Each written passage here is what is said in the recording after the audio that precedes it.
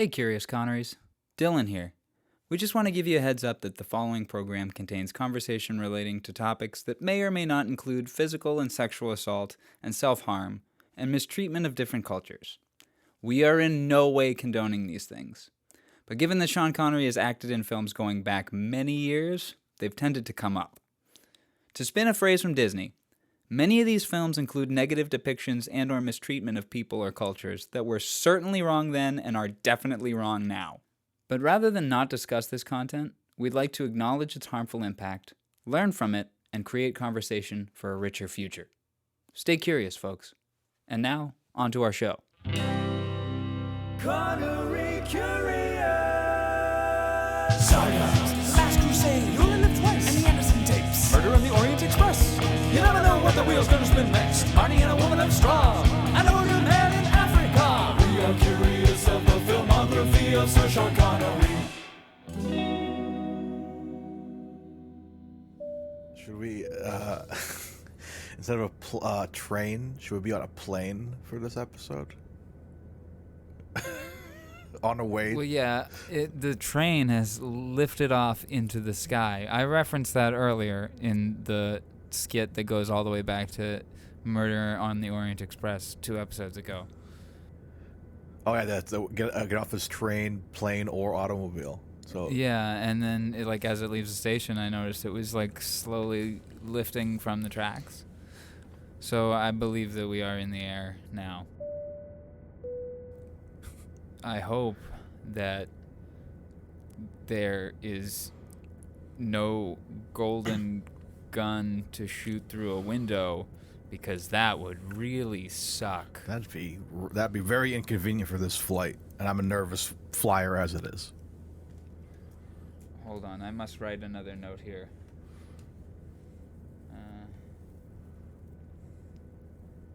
Okay, I wrote another note. I had to write this note because I've got to take this note and fold it and then put a little GPS tracking device inside of it. Right. And I hope that whoever's pocket that I put it inside doesn't end up crushed inside of a car at a junkyard. I know that's random. It happens a lot. Happens more than you think. Yeah, but do they get shot first? Not always. They don't always get shot first. Yeah, Mario, the world is unpredictable. I'm just happy that we're safe on this flying train. Me too. Oh, hey, our waitress. Miss. Yes? I would like another Vesper Martini, please. The last one in the last card wasn't hitting as well as I liked. I don't know if I feel comfortable bringing you a Vesper's Martinis because the last person who did so died. But I mean, we don't have to talk about that. That was 2 episodes ago. There's a cat treat in my pocket. Would you like it? What flavor is it? Chicken. Oh, okay, sure, I'll have it. Here. What is? I split it with you. Okay. Here. I threw it for my cat to find. I keep my cat on this train. Oh no. She works with me. You referenced in another episode, I believe it was the one about the longest day, which is how my work schedule is. But you referenced that the cat brings you the orders. Oh, Yes, do you listen to the show? Yes, my cat is the one that brings the orders. I'm very tired, as you can tell from my voice. Well, before you go, did any of my luggage make it onto the train plane? Yes, but you wrote the code to your luggage right on it. You spray painted it. It was 36104, and I'm sure that number won't come into any kind of prominence later in this day. Probably not. And my attaché case? It was damaged upon inspection. Did you inspect it with hammers? No, we were inspecting it, and we discovered that it was damaged. Oh, well, that's... After we smashed it with hammers. Oh, man, that's really inconvenient. I could have swore... Yes, I don't know why I was really angry because I'm a waitress, and they put me on attaché inspection duty, and I'm not very good at that. I can wait all day long. That attaché case cost me a lot of money. Can I at least get It's not my reimbursed? responsibility, sir. I'm just doing my duty. Well, who is responsible? Can I speak to your manager?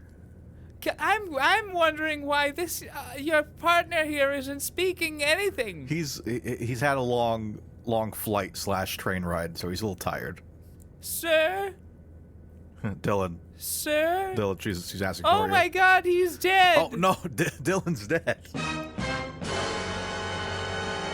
Tired like me. Oh, okay. Dead tired. I'm so Oh tired. man, I almost thought that we had to do the podcast together.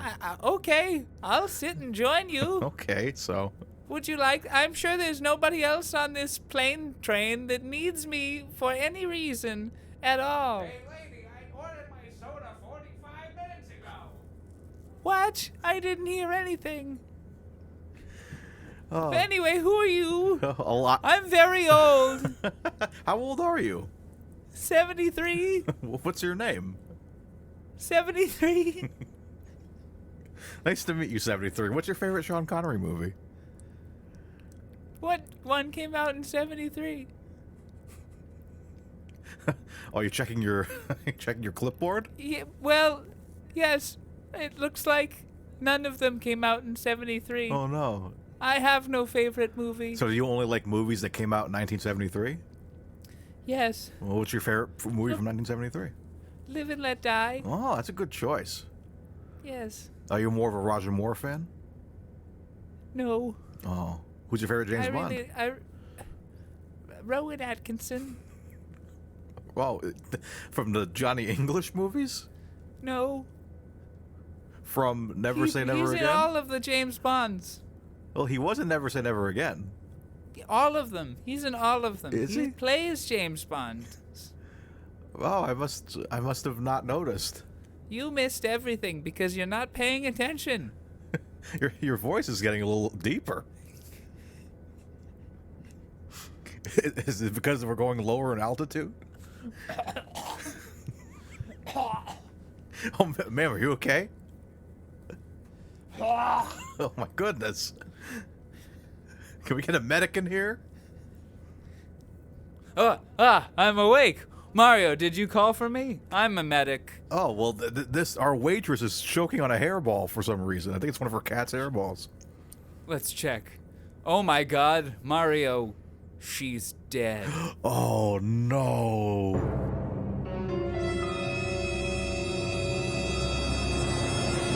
I'm not dead. Now she is. Okay. Well, we better move to the next plane car. The next man. Wait, who am I? I'm caught between the waitress and the man. Who am I? This sketch has gone off the rails. We're not on the rails anymore. We're flying. Exactly. I see. I told you. Oh, sorry. Mr. Martini's really strong, by the way. Which she somehow found a time to get Mr. Martini during our conversation. Your martini's getting stronger, Mario. Oh, my goodness. Time and space have converged upon this point to grant you immortality. That means I can live forever now? No. Oh. What's it mean then? What? Who put that in my tea? I don't know. Did Sean Connery put something in my tea before he died? Whew. I just had like a it is Lord him. of the Rings moment. That was terrifying. Are you okay, It though? is what? What did you say? It is what? I said it's terrifying.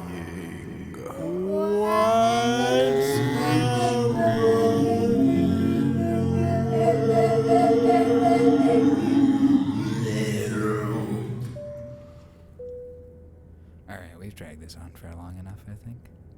Let's get on with the show. If only psychedelic experiences could end so quickly like that.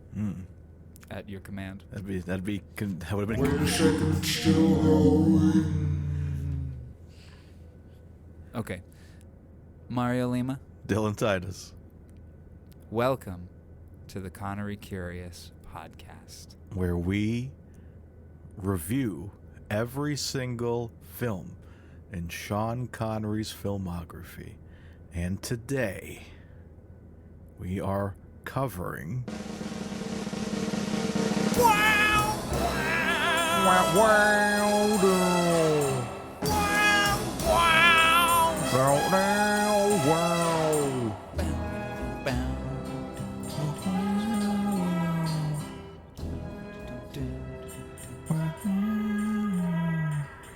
Goldfinger! He's the man! The man with the Midas touch! A spider's touch! Such a cold finger!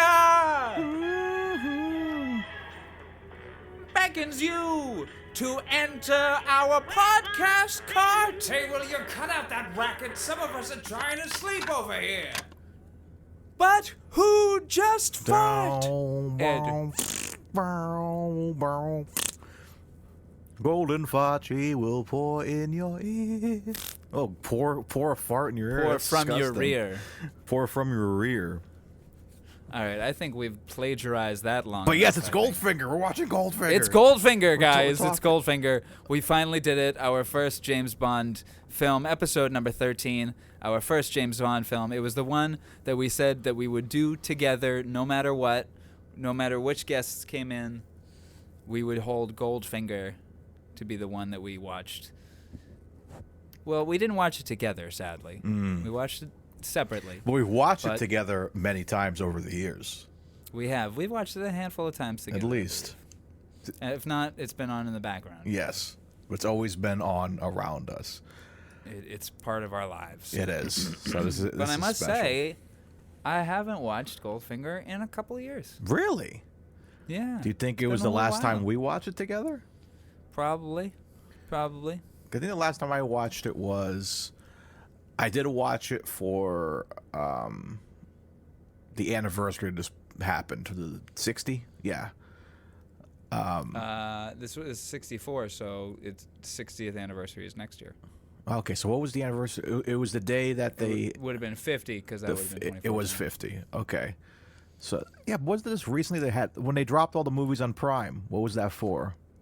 That was for something else. For the 60th of the series in general. That's what it is. The 60th 2012. film. 2022, excuse me. Okay, there. I knew it was 60 something. But yeah, I think when they dropped it all on Prime, I just had like a mini marathon. I watched like a couple of each from each Bond actor, which I had no choice with Dalton because I had to watch a couple because there was two. I had no choice. I had no choice but to Gun watch was held two. to my head, and they said, "Watch the Dalton Bonds," and you said, "No." No, I love the Dalton Bonds. But yeah, that was the last time because I picked the two I picked for Connery were Goldfinger and Diamonds, just because I love Diamonds so much. But so I saw that like not too long ago, way before starting this podcast though. But yeah, this is Before it was cool. Before it was cool. Yeah, Before remember? it was curious. Oh man, before it was curious. But yeah, man, super exciting. 1964's Goldfinger. We'll talk about the reviews right now. Tomato meter, it's certified fresh at 99%. Hot diggity. So it's beloved by the tomato people. But audience score dipped down to a mere 89%. Understandable.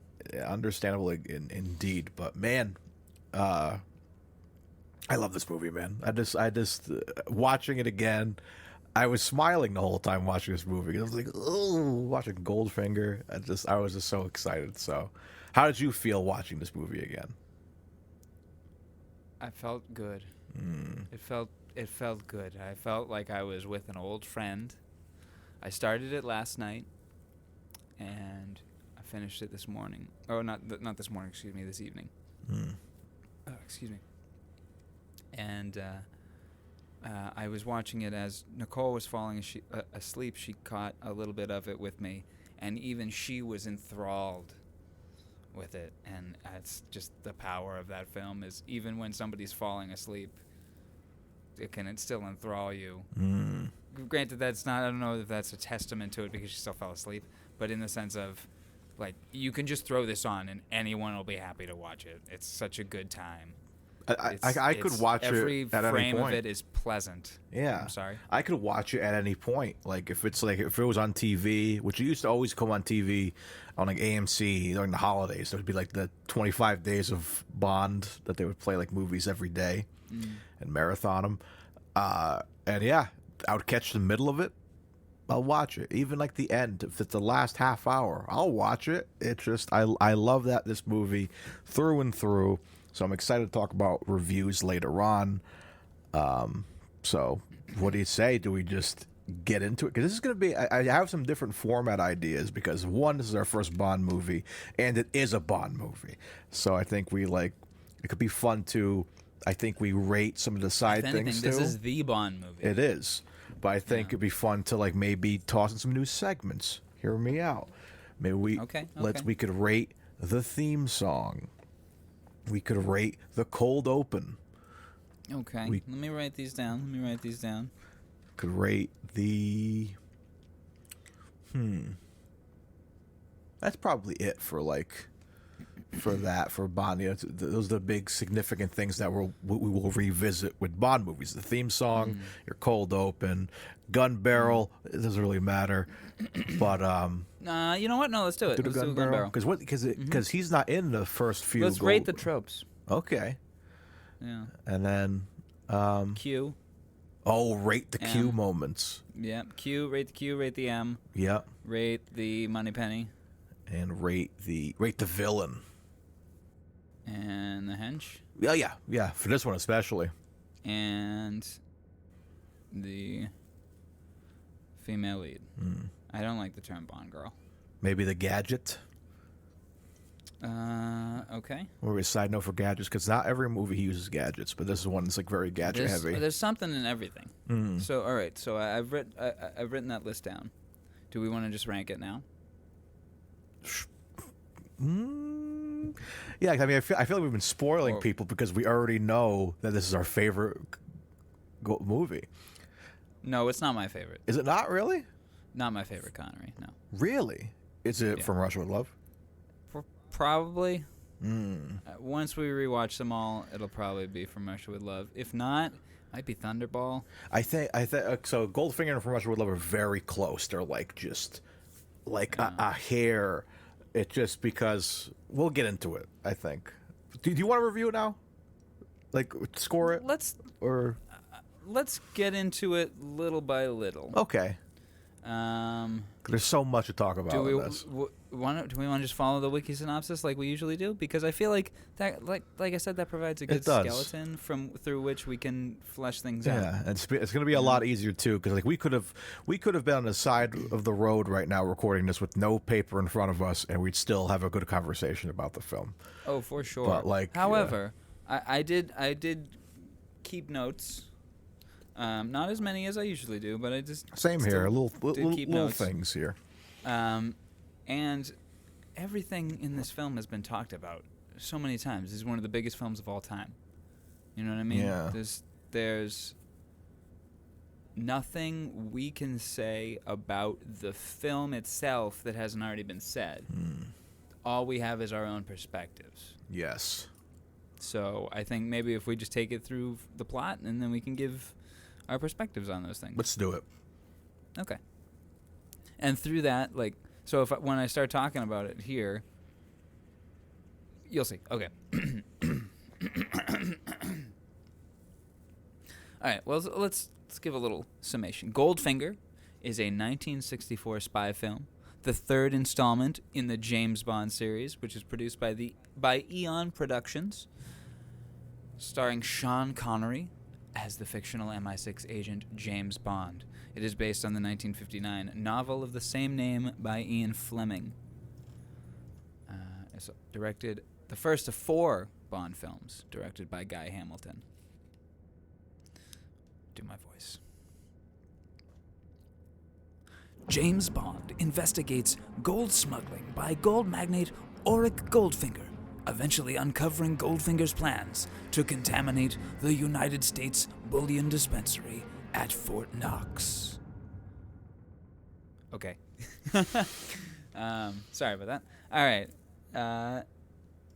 And yeah, things to talk about here. Obviously, it's the first of 4 films directed by Guy Hamilton of the Bond films. He did Goldfinger. He did You Only Live Twice. No, that was no. He did Goldfinger. He did Live and Let Die. Live and Let Die. Man with the Golden Gun. Man with the Golden Gun. Diamonds. And Diamonds, yes. Yes, okay. Forgive me. Wow, I was all over the place there. I should have had that pulled up and ready to go. Which, by the way, that would be a great four film DVD pack. They really would be. Goldfinger, Diamonds, Live and Let Die, and Man with the Golden Gun.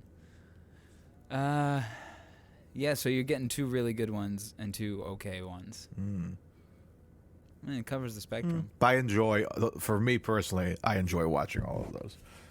I have a lot of fun with those. He directed Remo Williams' The Adventure Begins. Huh. I've heard things about this film. I'm interested to watch it. He directed Force 10 from Navarone. Okay. Let's get into it. I'm sorry about all this bouncing around. This is what the reading of the plot is supposed to be for, to avoid all the bouncing around. After destroying a drug laboratory in Latin America, MI6 agent James Bond vacations in Miami Beach. Okay, so that just covered all of the cold open. Yeah. Let's rate the cold open. All right. So yeah, so I like that. I like cold opens that like flow the story, but like aren't directly connected. It's like I like him just like in action, doing something crazy, and then just great cut into the film, because obviously like it shows that he's going to Miami after he blows up the factory, and he's got, I got to go take care of one more thing.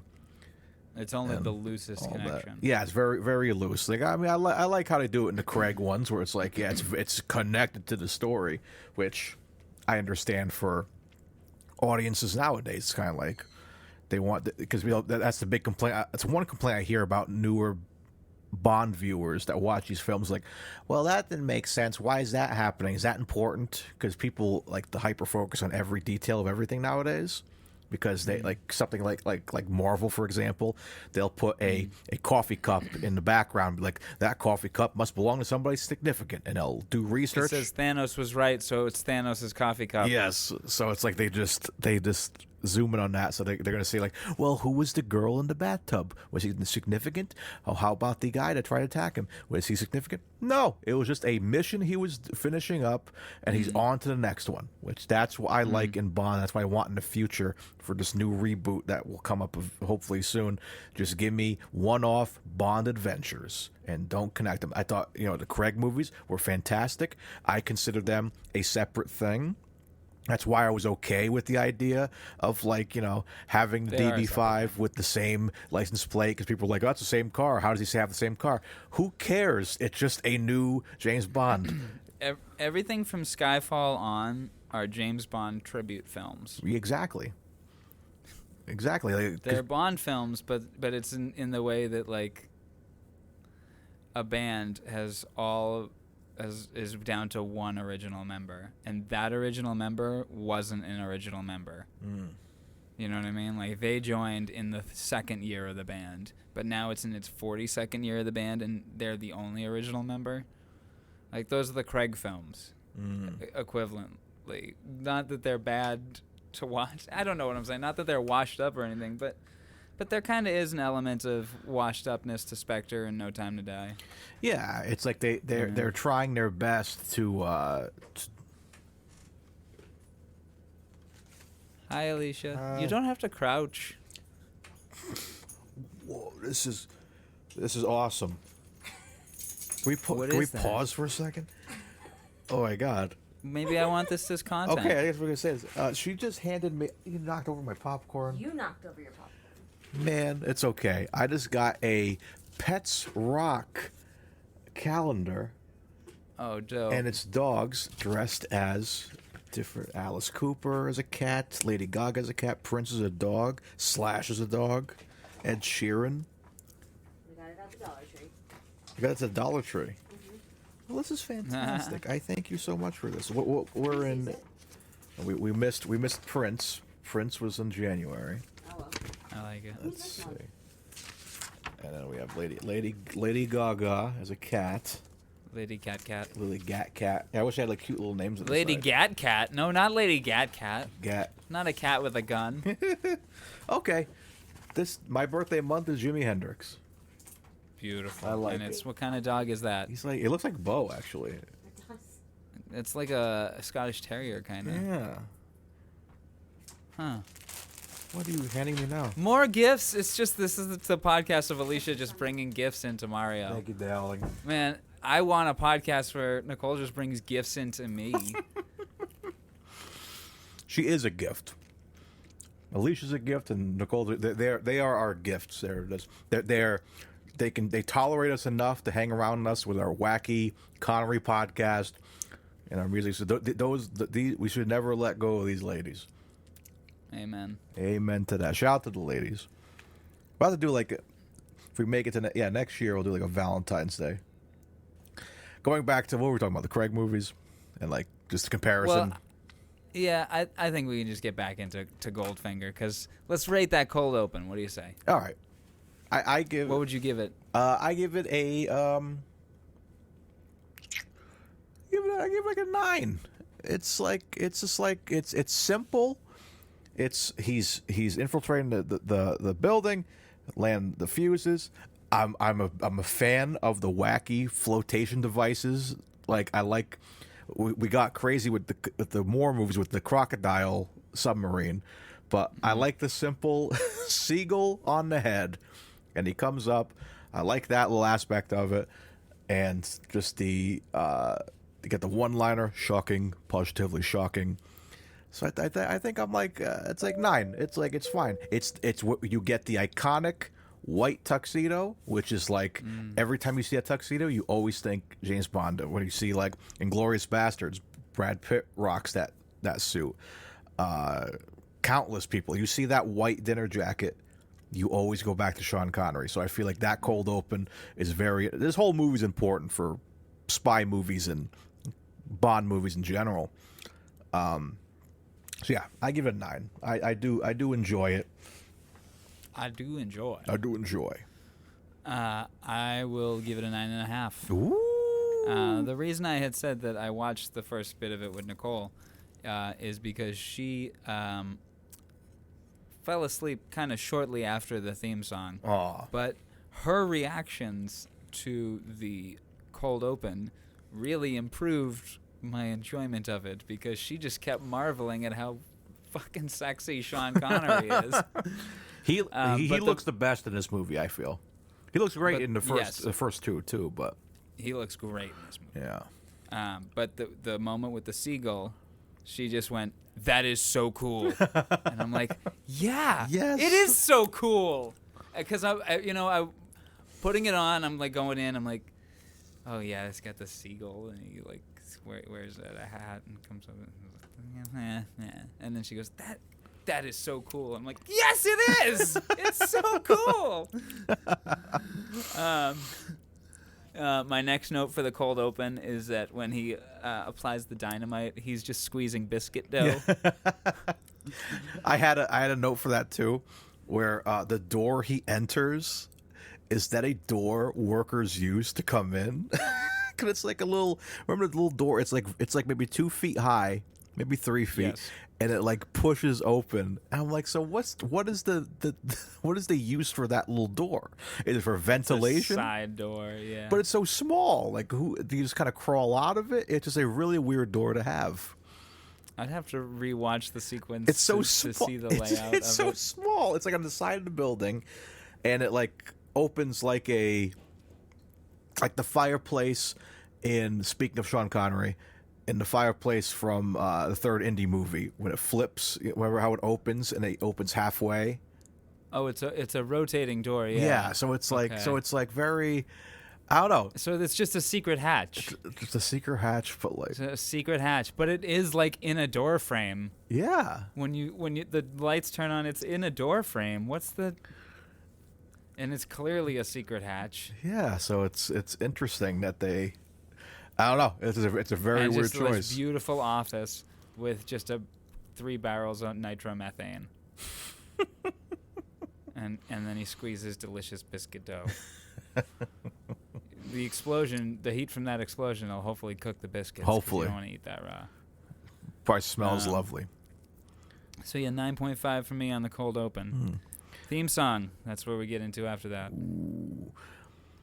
We're giving it a 10.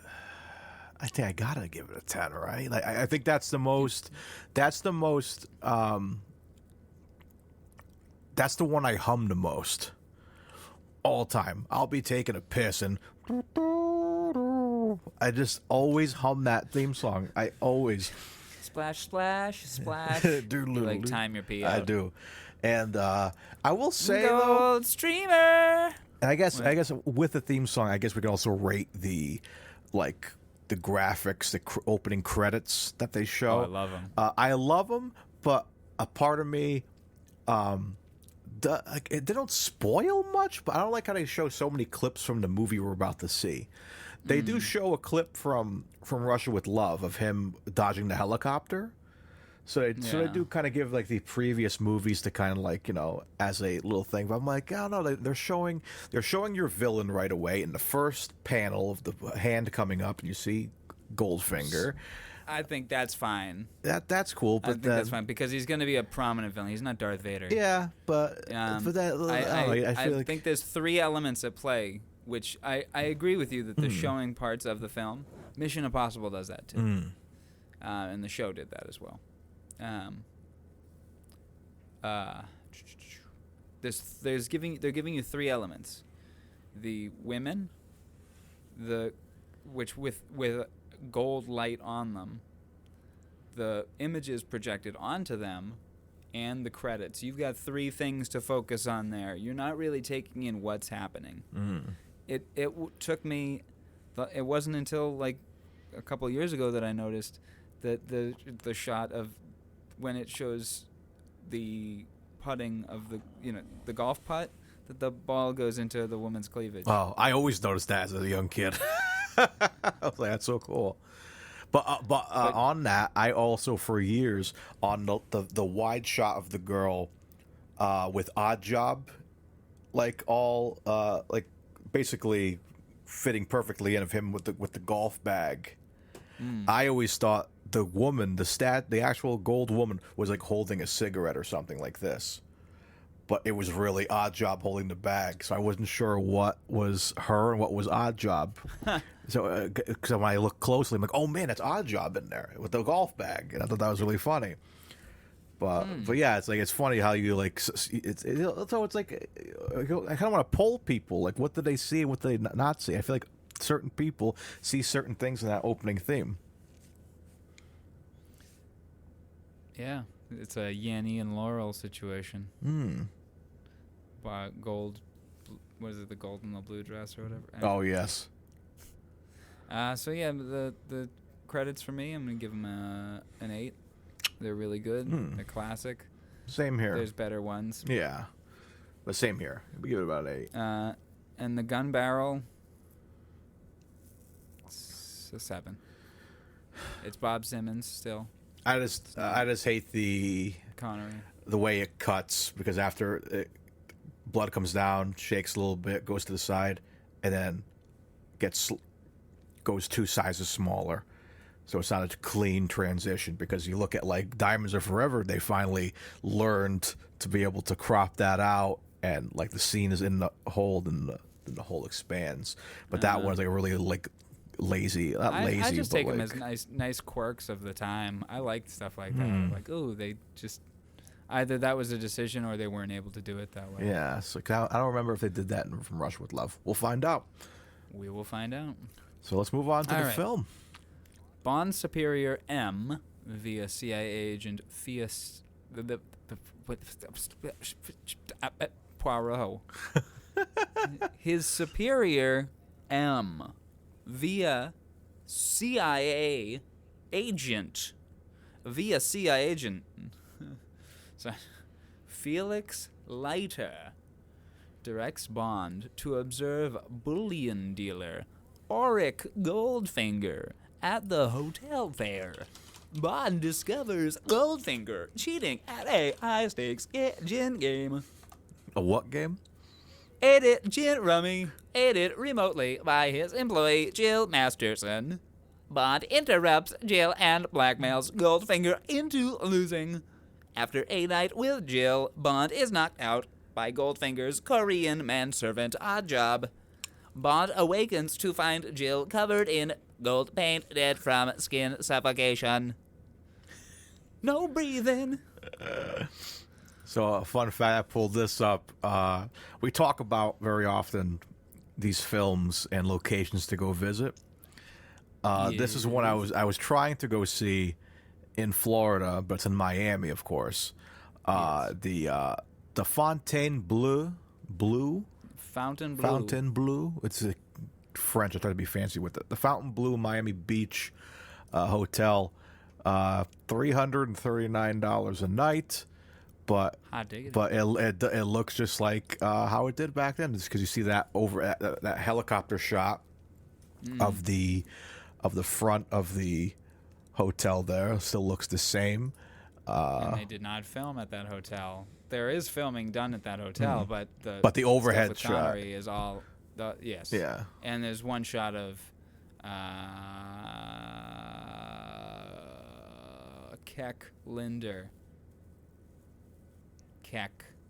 Cecil. Cease? Is it Cease? Cecil. Cease Linder? Cease Linder! Come along, Percy. No, Cecil, I hate you. That's a Rush quote there. Oh, yes. Ladies, stop moving pitches.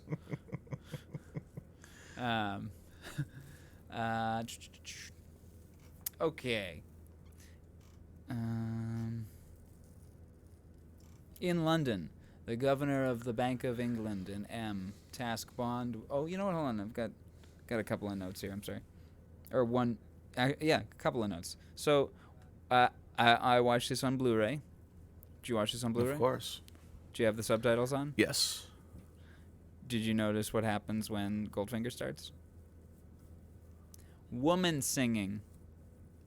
Oh, I think I noticed that. Woman singing.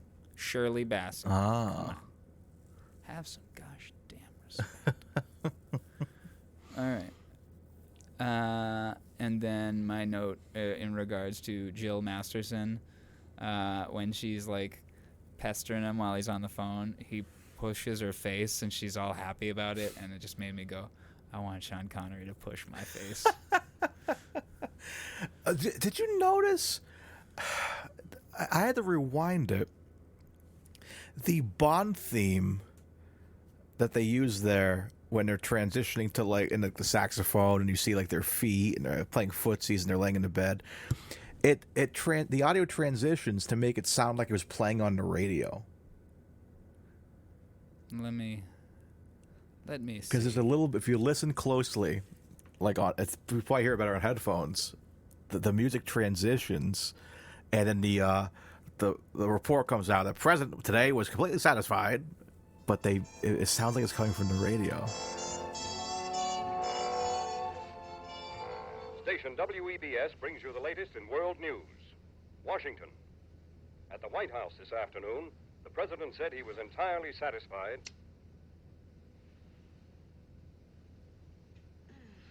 That makes two of us. Just a slight.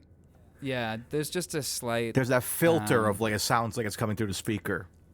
Yeah, and then it turns down to give the radio announcement that the president was entirely satisfied. And that makes two of us. Which is really important news, guys. It is. I'm sure it was something important. Probably the Cuban Missile Crisis or something. Probably. And we finally get our iconic quote of listening to the Beatles without earmuffs. Exactly. We can't make any James Bond quote segments in this because it's all James Bond. Everything has led up to this. Right. It's all led up to this, folks. It has. Now it's all got to go to Hard Day's Night, which is a nice transition because in London, the governor of the Bank of England and M task Bond with determining how Goldfinger smuggles gold internationally. The governor of the Bank of England is played by that guy we met a couple of cards back. You know, the one who said he travels regularly. He travels on this train regularly, That's right. twice a week. That's what he told us. It's the governor of the Bank of England. He's the one that travels on this train regularly, twice a week. I knew it. Isn't that crazy? It all leads back to this. And he was in Pink. Wasn't he in the Pink Panther? Let me see.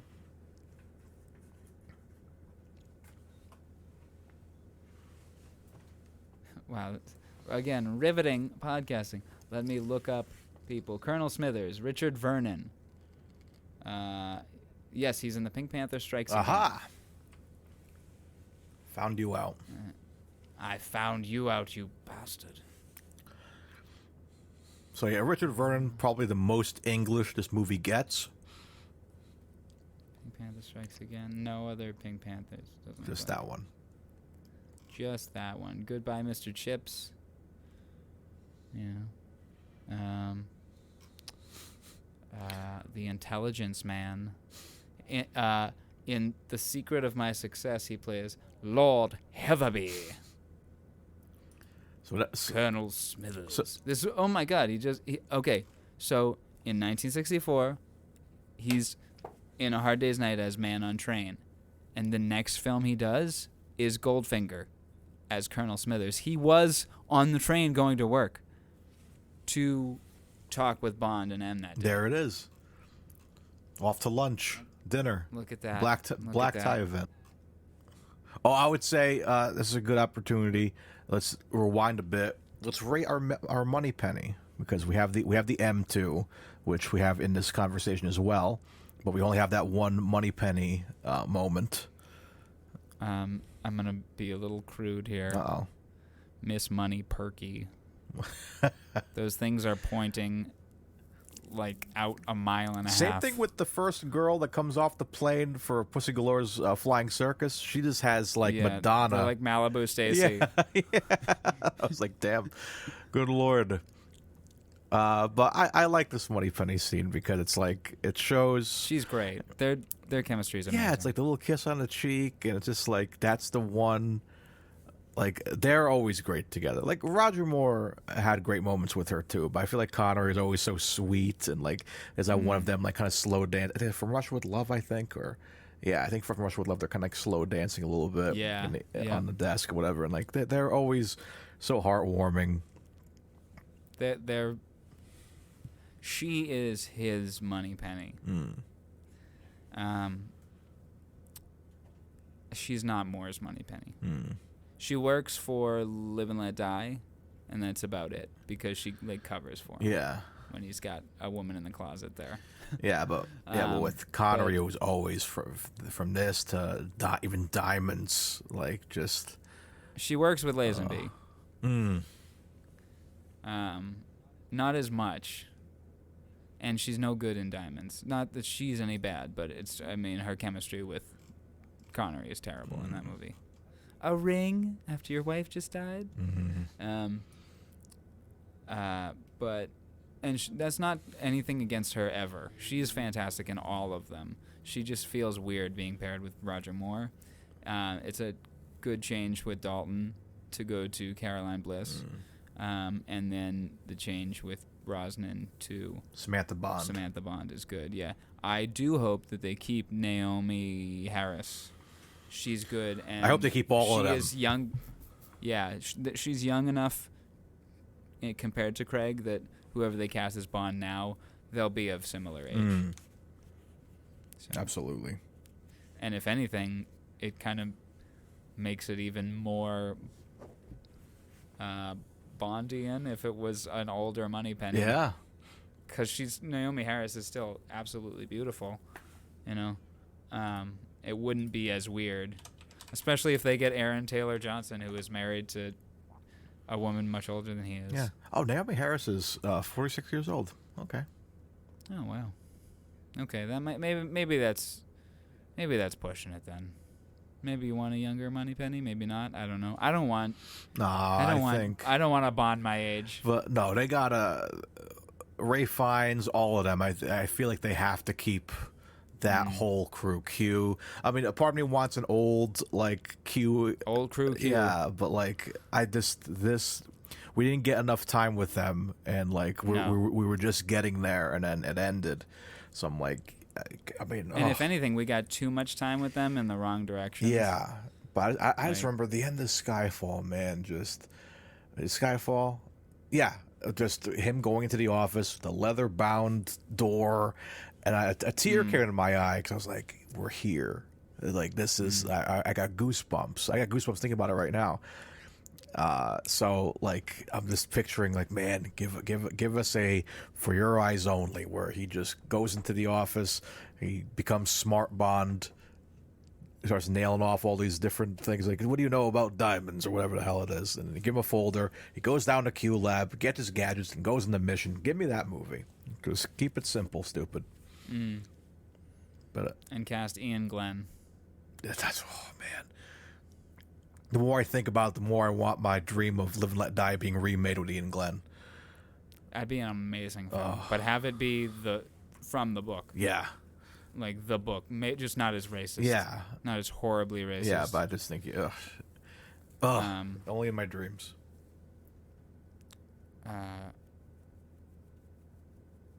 Anyway, that brings up the Bond censorship discussion. Anyway, we won't get into that. Okay, Q. I love Q in this film. His one scene is phenomenal. He's great, and he supplies him with a modified Aston Martin DB5 and 2 tracking devices. Those are the gadgets. We're rating those gadgets. The tracking device, 2. Give it a 2? The Aston Martin, 9. Really? Yes. Aston Martin gets a 10 for me. Well, the reason the Aston Martin gets a 9 for me is because the tracking device is tied into it, and that's a 2, so it takes away from the 10 that the Aston Martin could be because of how fucking loud and annoying those beeps are. Oh my god, that's the worst thing ever. The beep sucks. It's because they actually, I get to open up and be a little bit of a car geek right now.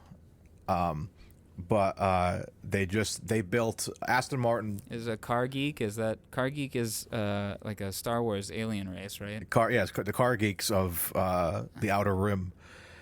But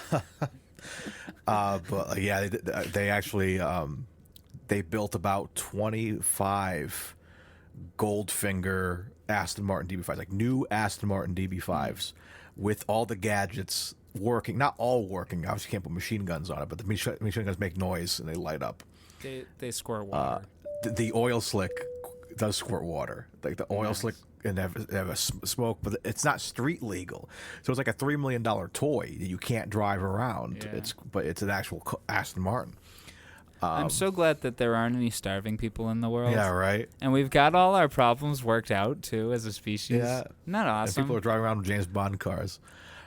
Yeah, we could just make them and they don't even function. Exactly. But yeah, they added that in the GPS. It actually plugs in through Bluetooth, but it makes that. Oh, that's horrible. So I hope you can mute that when you have that car, because imagine trying to you're trying to go to, like, we're going to Boston today. It's also, it doesn't read instructions to you. You still have to pay attention to the map. You have to look at it the whole time. Yeah. But yeah, it car crashed instantly. But yeah, that car is just iconic. That is James Bond's car.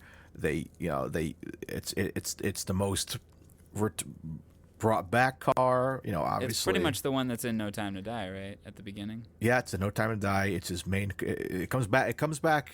It's in almost all the correct movies. It comes back as he wins it in the poker game, in Casino Royale.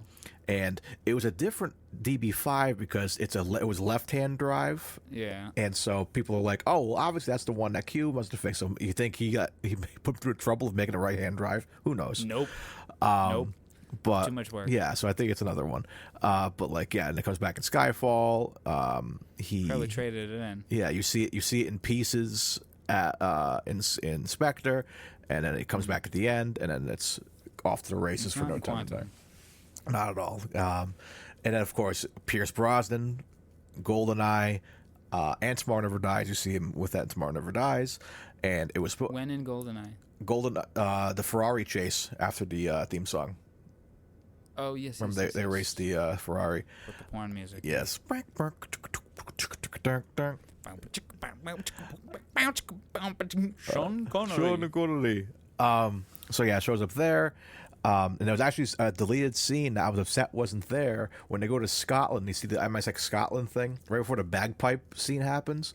There's a scene of him driving with a DB5 up to the castle, playing dung dung dung dung. I'm like, why not keep that in? That sounds like a great little thing. That should be his like thing.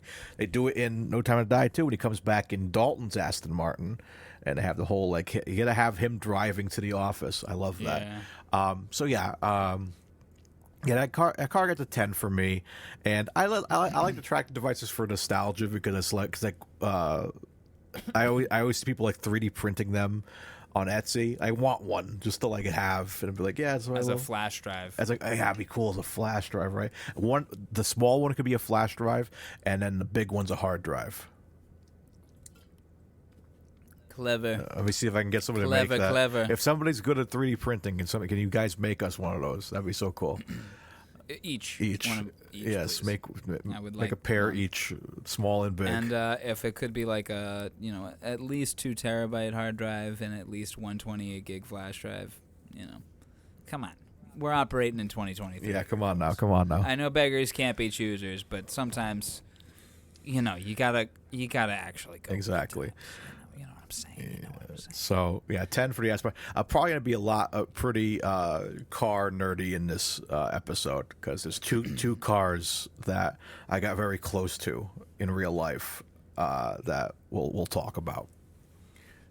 So one being the DB5, And the other was? The 38 Phantom, Goldfinger's Rolls Royce. I actually sat. We'll put the pictures on Instagram of the. So I talked about this before. I went to a Bond museum for my bachelor party in Florida, and there were screen used Bond cars there, and I didn't get to sit in one of the used DB5s for Goldfinger, but I got to sit in the one that was used in No Time to Die for the exterior shot at the hotel.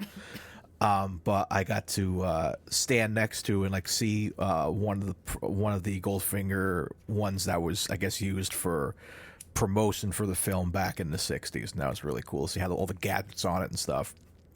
But then I got to sit in the Goldfinger's Rolls Royce, but it wasn't the one that he sat in. It was only used for exterior shots. So when they're driving down the road, that's the car I sat in. When they're parked by the fruit thing, pulling up to it, I think that's the same car. But there was a different car with when he's sitting down at the golf club, and he like pulls on a little desk. Because when I sat in it, I got to sit in the front.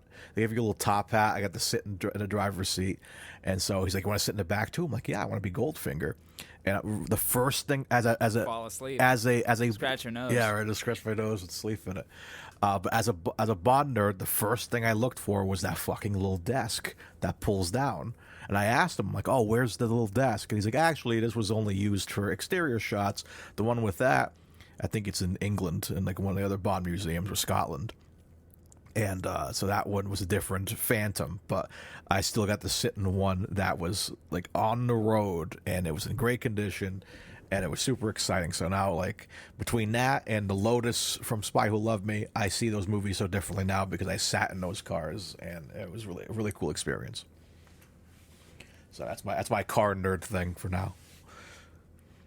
That is too cool. It was so much fun. Getting to sit in any James Bond car at all. Yeah, even if it was like Awesome. if it's a copy of it, cool. If like I'll be any DB5 is cool or any freaking Lotus is cool, but like the fact that like Roger Moore's cheeks touched that seat at one point, that's crazy. I haven't washed my ass since. Oh God, that's gross. I licked it before I left. But anyways, I've got the they call it the Vanquish. It's right outside. ooh, I know you can't see you can't it. see it though. The invisibility thing has been on forever. Invisibility cloak. But anyways, that's so wizard, Annie. that's super. Do a roll. That's a good trick. Okay, gotta make a note of this real quick. And a call back to the Longest Day episode. I had made a note that the only trailer playing before that movie was the film Jumper. I figured it out. Just gonna make sure I get the name right. Okay, so there were 3 directors for The Longest Day. Bernard Wicki, Andrew Martin. Now, I was wondering why why Jumper was the only trailer before The Longest Day. Well, the director of the British and French segments is a man named Ken Anakin. Really? And Jumper stars Hayden Christensen Whoa. and Samuel Jacksonson. It's all coming together. Yeah. And they both together played Anakin. See? Skywalk, It's son. all Skywalk father, actually. It all comes together. It's like glue. Oh my God. You know what I'm saying? I'm vibing, I'm moving, I'm shaking. This is the first time I'm doing the podcast standing up, and I feel good. I'm loosey goosey. You gotta stand up for this one. It's Goldfinger. full for of God's juicy. sakes. Goldfinger. You gotta stand up for Goldfinger. You gotta. He likes it standing He up. likes for you to stand up. But yeah, we're going back to it. Q scene altogether, a 10 for me because I love the Q scenes that are the best are just seeing all the wacky gadgets being worked on. The guy just getting straight up shot in the chest to test a bulletproof. Yeah. the bulletproof. Also, that's a full big swing with that machine gun. Like, and then he lifts the jacket up, and the bulletproof vest is like right in the middle. And there's still like his exposed sides. Yeah, how did he not get shot in the legs? Which would have just been bleeding previously. He's like, well, the chest piece works, and then like I like the parking meter. He dies, and then they go check it, and they're like, well, the chest piece works. I like the parking meter with like the with I guess it's smoke, but like, what if I thought like deadly gas? What if those guys are dead in that chamber? Well, at least it works. Okay. Well, How many casualties do you think have been in Q Lab throughout the years? Their families have good insurance plans, I tell you. Oh my God! It's called the the Ghetto Blaster one alone. There must have been so many casualties, or at least like hearing the health insurance must be amazing. Nope. No, they're all like they're all interns. I use Scientologist 007. They sign billionaire contracts. Yes. Yeah, I give the Q scene a 10. Yes. I give Moneypenny a 10. She's great in this as well. Same. M, give him, fuck it, yeah, give him a 10. Yeah. Give him a 10. I'll say this before moving on, like just the reason, because I know like the big conversation is like, there's like, it doesn't age well completely, but this film, why I love it so much, spoilers, I really love this movie. Do you? I do. It just has, the reason it's perfect is because it's like, it has everything you want in a Bond movie. It has, as James Bond obviously has, beautiful women. It has a crazy villain, super eccentric henchman. Has your gadget scene. Has the car again that's used. Everything that you like about Bond now sprouted from Goldfinger. Like, it's insane. Like, even like in Casino Royale, that guy that comes out with the Range Rover and throws the keys at Daniel It's Craig, supposed to be that's Goldfinger. Goldfinger. Of course, you have Yeah. to get a nod of gold. Even the Range Rover was gold. It was like that was him. So there's so much about this film that's like, this will always be talked about. This is like it's the Empire Strikes Back of Bond, really. When people talk about, like, what's your favorite James Bond movie, 90% of the time you're going to hear Goldfinger. It's always Goldfinger. Well, not now. I don't think once Casino Royale came out, and with the retrospective love that On Her Majesty's Secret Service has gotten, I think Goldfinger is still great. I still love this movie, but it's not as great as I think history has held it up to be. But it's still a great film. I'm not taking away how good it is. It's fucking awesome. But there are better Bond films, and there are better Connery Bond films. Okay. My opinion. Yeah, of course. Okay, should we keep going? But yeah, so after Q scene, we have him. Is he on the road at this point, I believe? Bond meets we got Goldfinger at his country club in Kent and plays a round of golf with The him. best scene. Wagering a bar of recovered Nazi gold. Also, when we were rating M, Colonel Smithers is giving the lecture, Bond. Bond is M is sassy in Very this, but sassy. not overly sassy. Not overly, just sly sassy. He's always sly Just sassy. enough. Bernard Lee is great as Bond. He is. Who's your favorite? Not. Why did I say Bond? As M, excuse me. M. M. Who's your favorite M? Probably Bernard. Absolutely. Yeah. Like, I mean, Judi Dench was fun. It was a new, like, Judi Dench, worked for Pierce and Daniel. But yeah, no, Bernard was always great, because I know towards the end he was kind of like, you could tell he was just so over it towards the end. But the earlier movies, he's at his highest peak. He's great, and, like, again, he's sassy. He's the boss that you just don't want to mess with. I even love that whole when Boss with the sauce. when Bond's talking to Moneypenny and saying, like, it's like, oh, who's the girl, and, like, who is she? When he's make excuse to She is me. She is me, Yeah. Miss Moneypenny, and all that. So it's like, I love how he's just that boss that you just don't want to mess with, and he's very intimidating. If I was in the room with him, I'd be very intimidated to just, like, sit across the desk from him. He's very, he's a tough guy. There's a reason why he was cast. He was perfect. Less intimidating and just more commanding respect anyway. His presence commands respect. Yeah, and Ray Fiennes, I really do feel like he did kind of. He reminds me of Bernard Lee. I think that's why I like him so much. He does kind of he carries himself a little bit like Bernard a bit.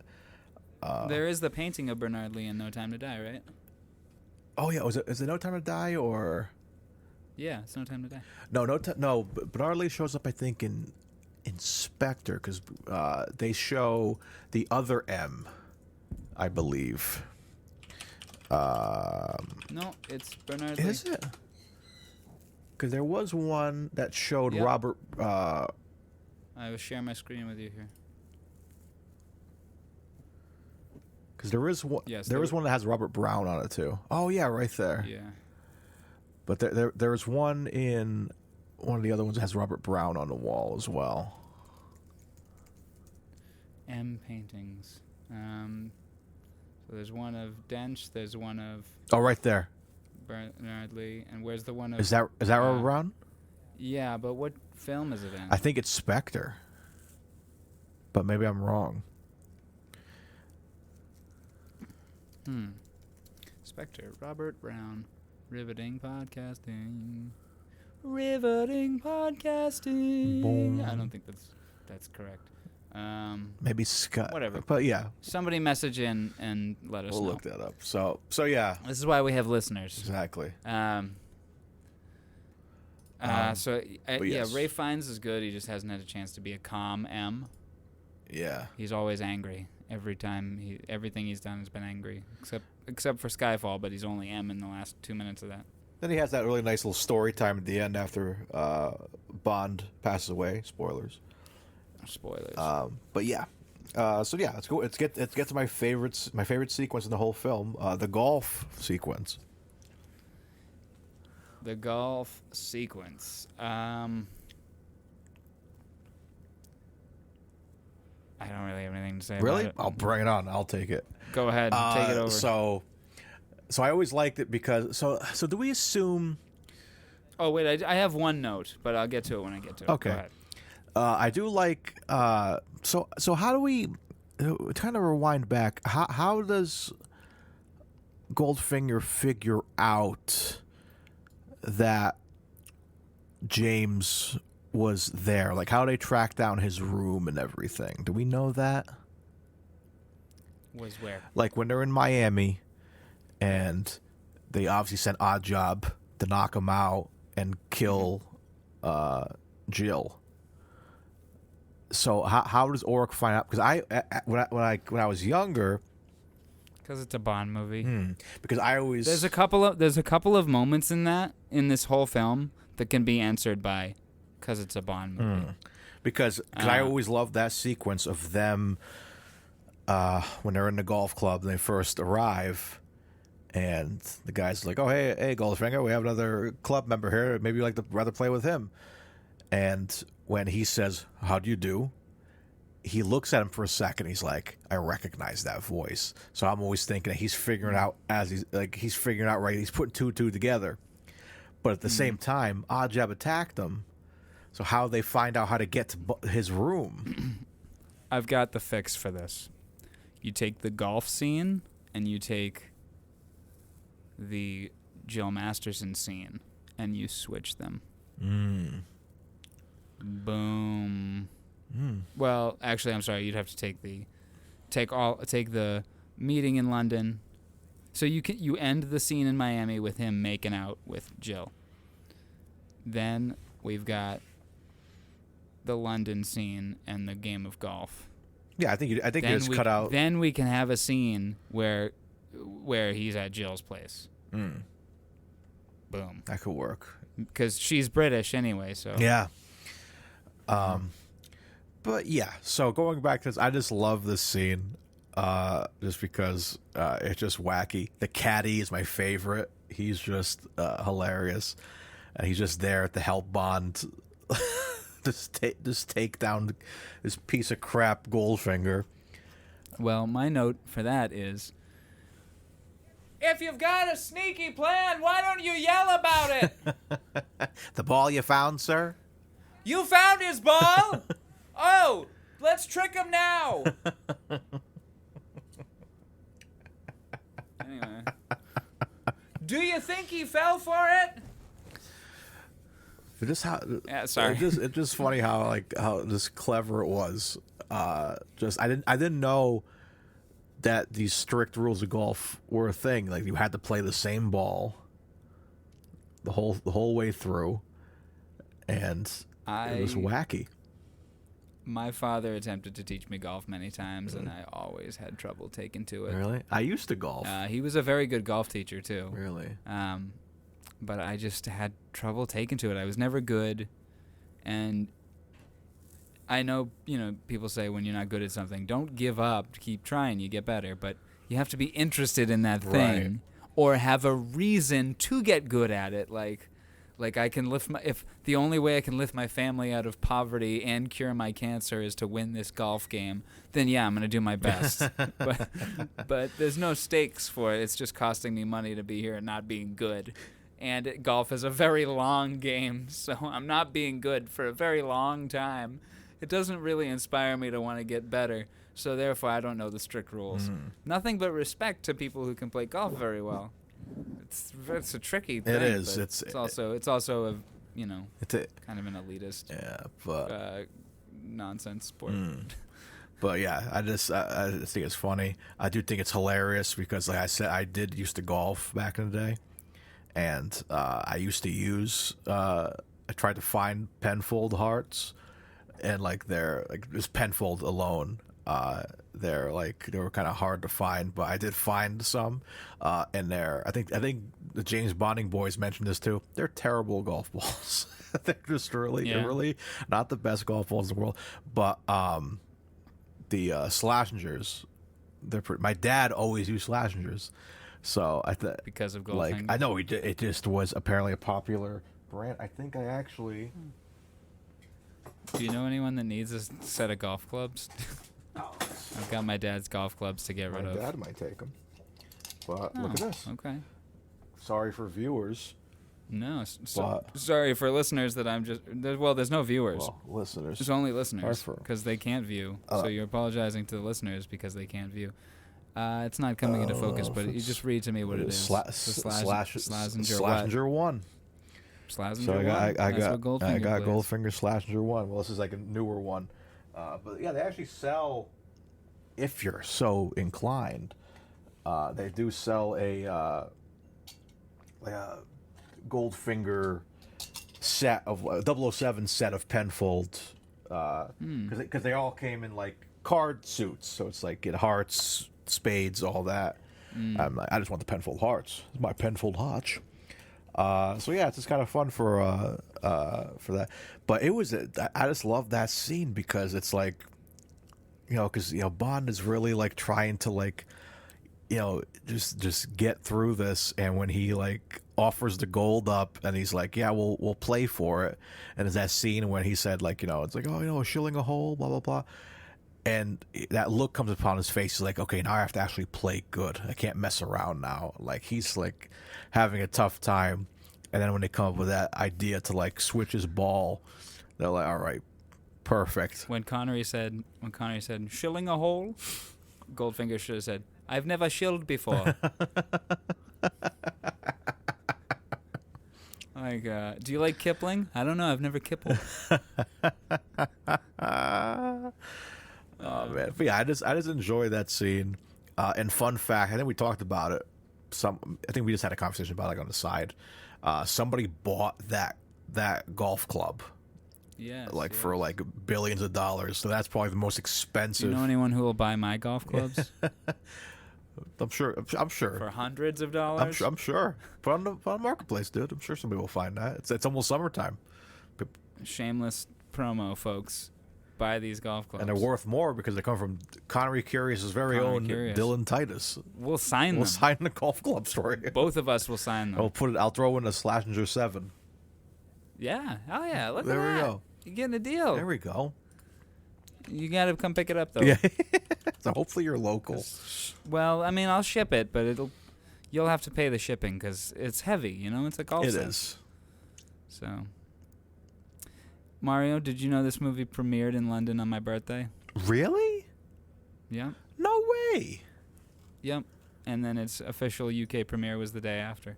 Wow. Mm-hmm. I don't think I have a Bond movie that premiered on my birthday. Didn't premiere in the US until December 22nd. You're joking. I never joke about my work, Mario. See, so I'm just for shits. I'm looking because we're on the conversation, just for poops. Let's see the official Penfold website. They have 007 collection. So there's a pack of a bunch of, I don't know exactly how many Penfold Hot 007 collections for $40. Penfold Hot. A 007 playing card ball marker for $35. You can get a Penfold 007 towel for $35. It's 007 60th anniversary limited edition Sunday bag for $300. Do they all have terrible 007 logos on them? Unfortunately, yeah. Does the ball have it? Oh yeah, it has 007 on the Penfold, but it's not. It's cool that they use the old '60s logo for Penfold. So that's kind of cool. That might be the same. Is that the same logo it is today? I don't know, but yeah, they do have a little 007 on it. But it's like, so you can find like a legitimate Penfold heart. Look at. I'm going to give it a quick eBay. You won't catch me buying it, but you will catch me buying that powder blue terry cloth. I really want. Onesie. I really want one. Yeah, you sent me that. Especially seeing him in one. it today. Like seeing him. Better be in the correct size, and it'd be snuggly and wuggly and oof. Yeah, they have it in my size for sure. So like, I'm considering it. Tax returns. I think I'm gonna get a terry cloth onesie and wear it around the pool. All right, let's keep going through the plot. Let's do it. So during the golf game, Goldfinger attempts to cheat, but Bond tricks him into losing the match. How does Goldfinger attempt to cheat? Oh yes, because Oddjob drops the ball. Yes, my bad. Sorry. Goldfinger warns Bond against interfering in his affairs, and Oddjob demonstrates his formidable strength and the deadly ease with which he can decapitate any victim with his special steel-rimmed hat. Goldfinger has Oddjob demonstrate on a stone statue. Why? Who crushes a golf ball? A very strong person. They're not easy to crush. They're pretty hard. Oh, it's Oddjob. Yes, when he's in the car. Yep. Oh yeah, Oddjob. Before he drives. It's like, away. this must be yours. Yeah. Yep. Forgive me. Oh, am I confusing this with a? Oh, different part? I thought you Yep. were doing like a Jerry Seinfeld, like who crushes a golf ball? Who crushes a golf ball? Honestly. Which, by the way, speaking on the Oddjob hat, there was a prop Oddjob hat at the same museum that had the actual razor Odd prop. odd prop, but had the razor blade in it, and I'm like, man, that must have been heavy to wear. 'Cause it was like a thick piece of metal. It was very interesting. And you got to make it Like conducive to throwing. and safe, like because it was pretty close to like where your head would be. So I'm picturing myself cutting my head open. Jeez. Probably not safe at the people that it was being thrown Yeah, at. that but- too. Unless that was a regular hat. I hope it was just a regular hat. Oh, you can tell it. When You can tell it was on a when string. it hits Jill Masterson. Oh, yeah. Or Tilly. Excuse If me. you look at it, it looks like it's on like a wire. That's one thing about this movie too. I think the most iconic sounds from the loud like Oddjob's theme, like thing, like the loud. Our life together is so precious. Together Anyways, we have grown. We have grown. at least she's gonna think I'm like calling for something. Hector Salamanca. In Yeah, here. I made that joke when I got this bell. I got this at Bella, the Hollywood Tower of Terror, and I was like, I should put this on a wheelchair, and that could be my cosplay for like Halloween or something. boss can shock me. Oh, I was doing John Lennon's No, song. that's fine. But anyways, but yeah, so I loved it, and then we get the great showcase of what the Aston Martin can do. There's that beautiful shot of them driving through the countryside. Switzerland through Geneva. Also, what a convenient airport. Like, he missed that flight to get on with Goldfinger, but like they set him up with a flight. There's one half an hour Like later. that was just nowadays. It's like we have one for you about like 17 hours from now. But perfect. Yeah. And it goes 9 other places that you weren't planning on going. You're getting where you want to go 4 days late. You land like Operation Grand Slam happened like 3 days ago. Like, yeah, at least I made it. But the talent show is tonight. All right. Bond trails Goldfinger to Switzerland, where he meets Jill's sister, Tilly, who attempts and fails to assassinate Goldfinger. Just while he's standing next to innocent civilians, too. Yeah. But she sucks. And she didn't even. Sorry. She sucks. And like you don't notice, like obviously notice that like Bond is standing right there because she hits like almost Bond's feet. It's like yeah, she's a horrible get shot. somewhere else. Why wouldn't she wait till Goldfinger was alone? Yeah. Or driving or something. Yeah, run him You know off what the I mean? road or something. Like Jesus, it was just like super. Or snipe him as he's driving away and he's sitting in the back, Yeah. so it doesn't cause a car accident. Yeah. You know, like there's easier ways to do it, and especially not when there's innocent fruit-selling children around.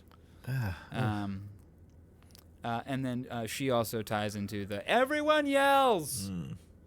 What are you doing? I'm trying to kill Goldfinger.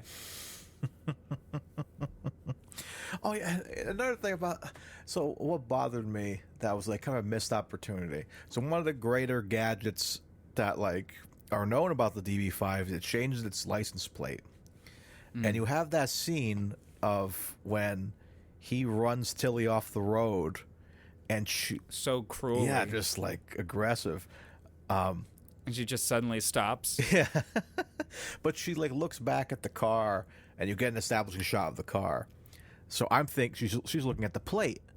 So I'm thinking, why not showcase the plate changing? Like maybe have a scene where like she tries to call the cops for like APB on a DB5. Like why show the plates if you're not going to use them? We also don't see that there's an oil slick. Q doesn't say that. He says it. It says smoke screen, Does oil he? slick, left and right, Oh, front okay, wing yeah. machine guns. I don't know. We know that the plates are there, and maybe there was a deleted scene, but also it's just cool to know that it's there. Yeah, it's just like You because know? I always wondered because the new DB5 that was in No Time to Die had a different license plate on it. It had BMT. BMT was like the iconic plate for every single DB5 in every movie. So they changed it. So I had to go back and see if it was one of the alternate plates. It's not, and I was upset. I was like, why not use one of the alternate plates then? Like that bummed me out. But anyways, I'm just an angry nerd. Yeah, you're getting so angry about all these things, man. Do you need to talk? I just love these movies so much, man, and I can make them. They're not things to get angry about. It's okay. know. If it made a big plot hole in the movie No. that was It just- frustrating beyond belief, then yes, I'd understand. No, but, this movie is that's the thing, Dylan. This movie is so perfect. I'm trying to find negative things to say about it. Okay, well then there's negative things to talk yeah, about yeah. it.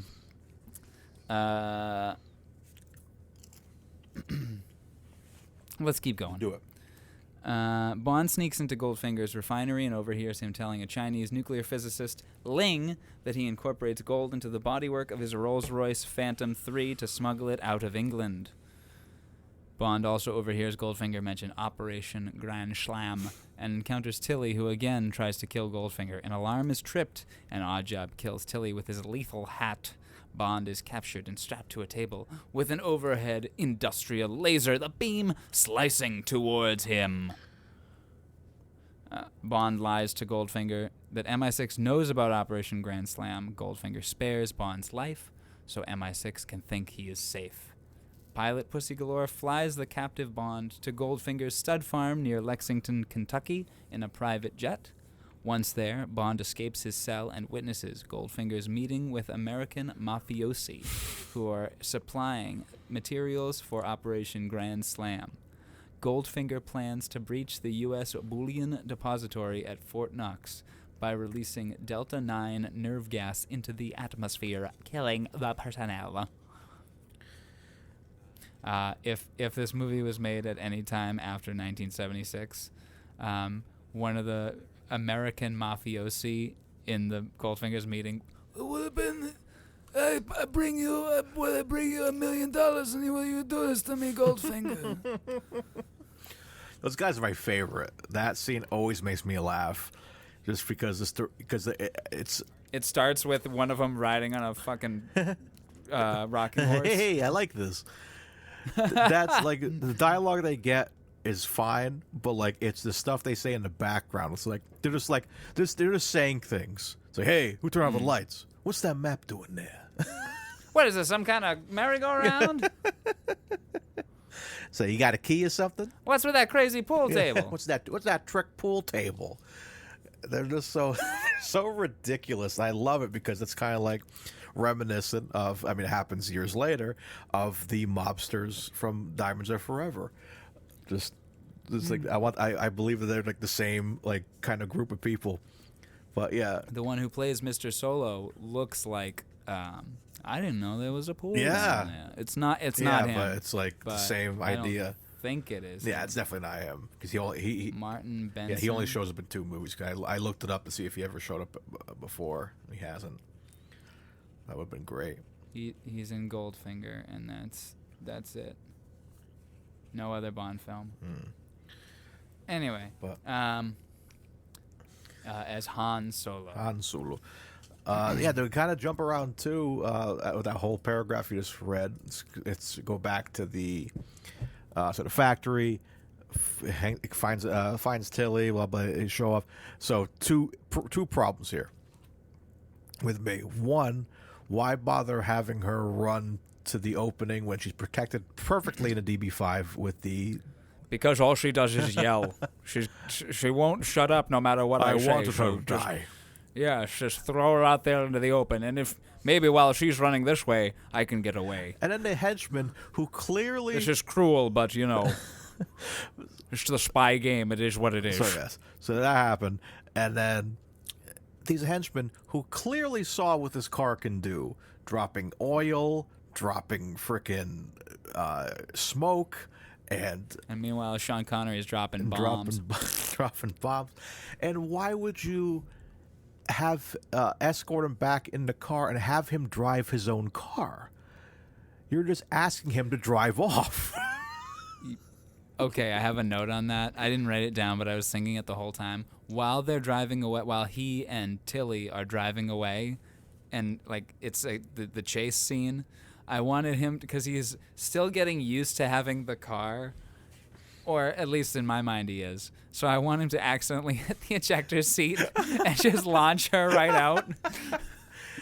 Oh, no. Oops. Oh, like when she was talking too much, and then she launched it. He's looking around, Q, how do I get her back?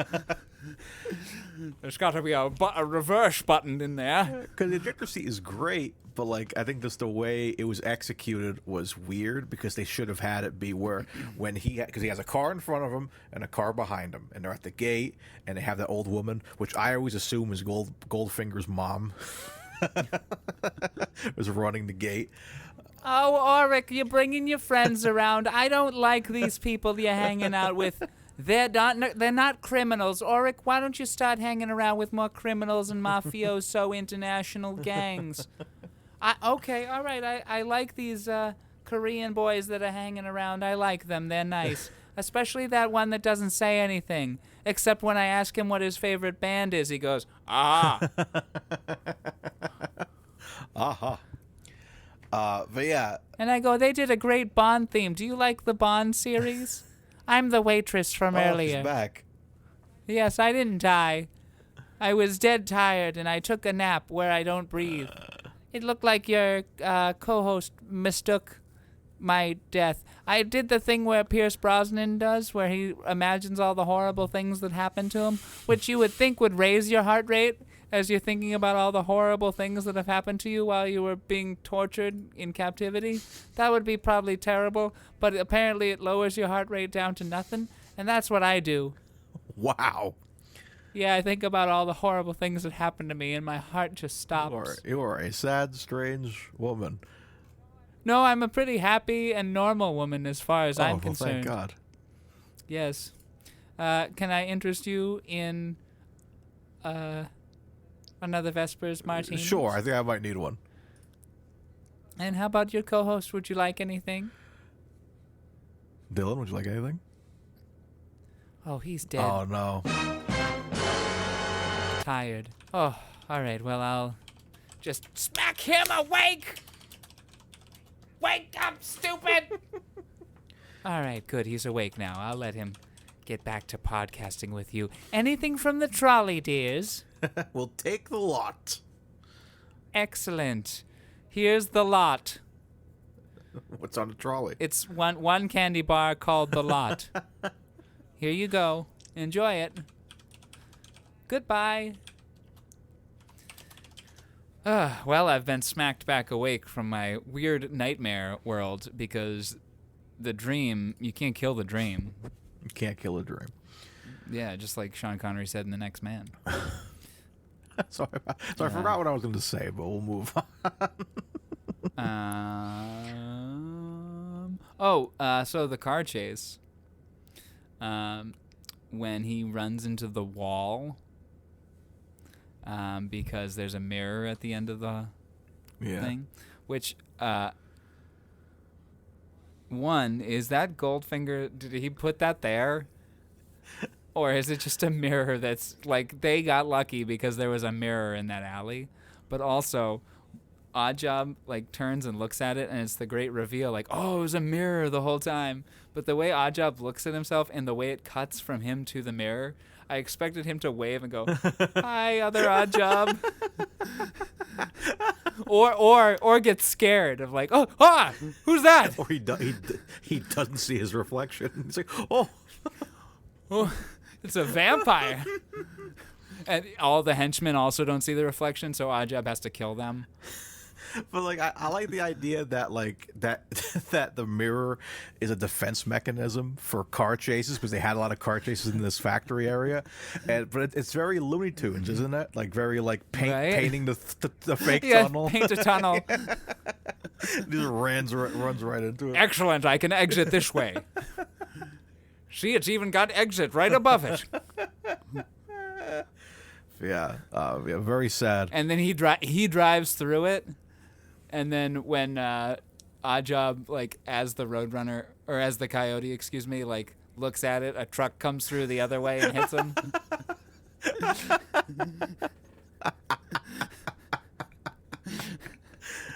Oh my god. Another thing this Aston Martin can do, 007, it can defy reality and apply cartoon logic to the situation. Cartoon logic? You must be joking. I always joke about my work, 007. It's how it's achieved. I want a Bond movie, but in the Who Framed Roger Rabbit universe. Oh my god, yes. That'd be so much fun. And it's James Bond Jr. Yes, and then you just... as the animated one. James Bond has to work with James Bond Jr. And it's Craig. Ooh.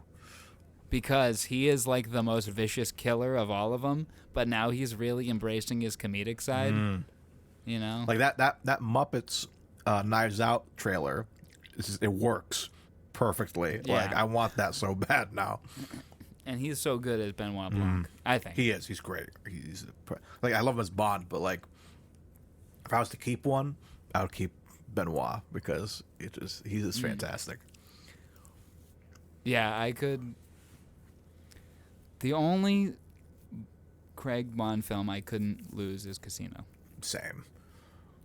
Yeah, and I could lose the first half of Casino Royale. You could cut that. It just give me the back half. That's a long movie. It is a very long movie. Okay. Casino Royale. The mom's. Okay. So while he's on the table with the laser, that scene is still perfect. That is an absolutely perfect scene. It's so tense. It is. To this day, that scene is so tense. I do want to cut it though, where when he's like deciding, like when he's about to leave, and he's like, it's like, they know what I know, blah blah blah blah blah, and it cuts to him with the laser, and it cuts to him talking to like one of the scientists, and like kind of mouthing something. And they're like, there's look like they're casually talking at the door. That cuts back to Connery. Did you catch that game last night? Like that's, I want to cut like a like a casual conversation in that. Like keep cutting it back and forth, like him with this thing. It's like, so anyway, so yeah, we watched the game last night. Those Bills, they messed it up again, and he's still on the table. Those Red Sox, man, they really just can't pull off an Operation Grand Slam to save their life. Anyways, what do you guys want to get for dinner? Should we get like, I'm thinking Chili's, Applebee's. We order in, we can DoorDash it. ADR some dialogue in there because you can't hear what they're saying. So have it cut back and forth like 7 more times than it does. Yeah, because you can cut it for sure. So that laser just keeps slowly moving up, and you just keep cutting to their conversation.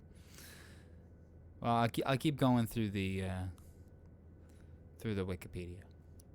The mobsters ridicule Goldfinger's scheme, particularly a Mr. Sholo, who demands to be paid immediately and leaves before the others are gassed to death by Goldfinger. Bond is captured by Pussy Galore, but attempts to alert the CIA by planting his homing device in Solo's pocket as he leaves. Unfortunately, Solo is killed by Oddjob, and his body destroyed in a car crusher with the homing device. How is that going to work? What? Like, The retrieval of the gold from the cube? No, just what was he thinking about taking like I understand like rolling it up and then like that alerts that he's moving again. But like, who would think to be like, hey, check your pockets, like, you know? No, it's for Felix to start tracking that guy. Oh, So they catch up to him and realize, oh, that's not Bond. Oh, shoot, we should probably like grab that guy and see what search he him. knows. And then they find the note. Yeah. Like, okay, That I'm guessing that was Bond's intention. yeah, because However, everything around it is stupid because why tell everyone your plan and then kill them? Why build that big elaborate set for one diorama when you've got the map there that you could have just used on the screen? dioramas are very effective. They are great. I love it. I'm not knocking it. It's Ken Adams' set design is phenomenal. But also the gold is still in the car. Like, why would you even Solo doesn't even see the gold being loaded into the car. Why would you even put it in there? Does he not see it? You know, like we see it because the camera is there behind the car, but then Solo is walking out like right as the trunk is being shut. So he doesn't even see it. He sees that something is being loaded in there, but he could have just fucking loaded a. I think Goldfinger. I think that's his Goldfinger's character. He's just like sadistic, and he likes that like game of like you almost had it. I mean, he even talks about like look what he does to his car. You know, like he's destroying his car to like. Cause that's the thing. The just to play a game with somebody. yeah. And he says the table is gold too, so he's just wasting gold because he's got so much of it. Who gives a And shit? he wants more. He's crazy. Yeah. Okay. Bond confronts Goldfinger over the logistical implausibility of moving the gold. As Goldfinger denies an intent to steal it, Bond deduces from the presence of Mr. Ling that Goldfinger has been offered a dirty bomb by the Chinese government to detonate it inside the vault to irradiate the gold for decades. Goldfinger's own gold will increase in value, and the Chinese gain an advantage from the economic chaos. Goldfinger warns that any attempt to interfere will result in the bomb being detonated at another vital U.S. location. Bond engages in a fight with Pussy. Sorry. Boy, this is tough, dude. Bond engages in a fight with Pussy Galore. Oh, yeah. That ends with them embracing and forming their own James Bond, unbeknownst to Goldfinger. Okay.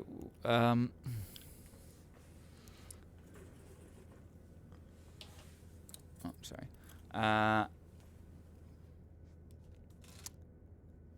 So here, Going through I my do have a notes. question though. Okay. I do have a question for you. Yeah. So I mean, I don't want to lean on this scene. Bars. Lean on scene. When you're James Bond, and I'll be your spy. I'll help you finish the job, for it won't be long till I'm gonna need somebody to James Bond. I like that. You just spy on me, brother. Goldfinger at hand. We all need somebody to James Bond. Okay. I think I lost my thought again. Sorry. Where was it? Oh, okay. So on this subject of the awkward scene of Pussy Galore and Bond in the barn. Yeah, I have notes about that. So it unfortunately does kind of have to happen to get your end game of how Felix gets to Fort Knox. But, You can get there in a gentler way. I want to ask you, how would you rewrite it? So, okay, well, the thing I wrote down is the barn scene is 90% okay. When they're flipping each other around, that is fine. They're just showing off to each other that they can have the ability to fucking kick each other's asses. Because he tries to pull some manly shit that he's like, I'm the man and you will answer to me. And she's like, nope. And she just gives him a little flip there. And she's like, I am not taking your shit. So he flips her back and they flip each other a little bit. And that's fine. It is the last 10% that is Not okay at all when he is absolutely forcing himself on her and she just gives in at the last second. Not cool. Not cool at all. You could have just had this go way better. You could have gotten rid of all the flips. If I was to rewrite the scene, it would be a conversation. That's it. And just ask, because he asks her, is like, how in on this are you, or something like that. And just, he should just explain it. Be like, look, he's gonna kill people. People are going to die. And even if you don't think this gas is harmless, there are people driving large, dangerous vehicles there that are going to pass out and kill people. People are going to die in this. A lot of people are going to die. Do you really want to participate in this? Yeah, having them work together is way better than technically they do. Appeal to your girls are in the planes. They will be shot down. You know, that gas doesn't work that quickly. You know, they see planes coming in that they don't recognize. They will shoot those planes down. You know, Yeah. Appeal to that. You do not want to lose the members of your flying circus. You know, appeal to her as a person. Exactly. That's how I would have done that. You can still have like one moment where she like holds her own and be like, "You will not be grabbing me." And that'd be fine. And he goes, okay, fine, I won't be grabbing you, but here's the situation. I do have a couple of notes to work back up to that. What do you think of that scene? Of the bar scene? Barn scene? Barn scene? Yeah, I gotta agree. That's another race from Star Wars, the car geeks and the barn scene. Car geeks and the barn scenes. Yeah, it definitely is a little uncomfy. But I do like I do like the playful aspect of it, and like the hay looks comfy though. I wouldn't mind sleeping on the bale of hay. That's nice. That's where Shalako sleeps. That's true. Yeah, Shalako can do it. Also with Honor Blackman. Yeah. She's in that movie. She doesn't sleep on the hay with him. But close. So sadly, in both movies, she is forced upon. Yeah, seriously, she deserves better because she's. We got to give her flowers, man. She is fantastic. I did enjoy her in Shalako as well. She's a great. Yeah, she was fantastic. So, I will say she looks amazing in purple. Yeah, that purple outfit. She looks incredible, and at the end, white and the gold, in the white, like that. Yeah, she incredible. looks. I even liked her. I like her in her classic black jumpsuit when she's on the plane when you first meet her. This iconic. Looking thing, you know, it's like, of course, you know, I like seeing a little bit of cleavage, you know, I don't mind a little bit of cleavage, but yeah, she looks great, not like a little suit. Cleavage. Yes, a cleavage. I played the cleavage in band school. It's a brass instrument, you see. But yeah, she's fantastic. Big round ash, brash. That's something too. I guess. Now that we're on it, I guess we can rate the female lead, for lack of a better term, Bond Honor girl. Blackman, I'm going to give her a 9. 9? Yeah. I think I agree because that's definitely on paper. That's a great character. That's just a great character where she is the a henchman. She works for the villain, and you get that face turn. If we're talking about wrestling terms. She's working for the heels, but she turns face. She flips face. So I like that. Dude, that fucking flips face, man. Hell yeah. Sorry. But yeah, it's like your Darth Vader moment. I hate myself for that. It's fine. We'll It's my Darth Vader moment. No, that was your Vader moment. No, it's Pussy Galore is kind of like Vader. She is a hench person. You know, to Goldfinger, aka Palpatine, whatever, and then she turns Goldpatine. Ooh, that sounds like a makeup. It sounds like an entree. Some Goldpatine. Yeah. Gold like poutine, but it's like poutine, but gold. It's sprinkled with gold gravy. Yeah, but don't get your pal's finger in your Goldpatine. Ooh, good lord. But anyways, Honor Blackman, she is fantastic, and I love her. She is. She's great in this. And she was great in Shalako, too, and I hope we see her in more. So I have a note on the laser scene. Laser. Goldfinger makes he says some line that another 00 gave Bond up, like they found him out because another 00 gave Bond up.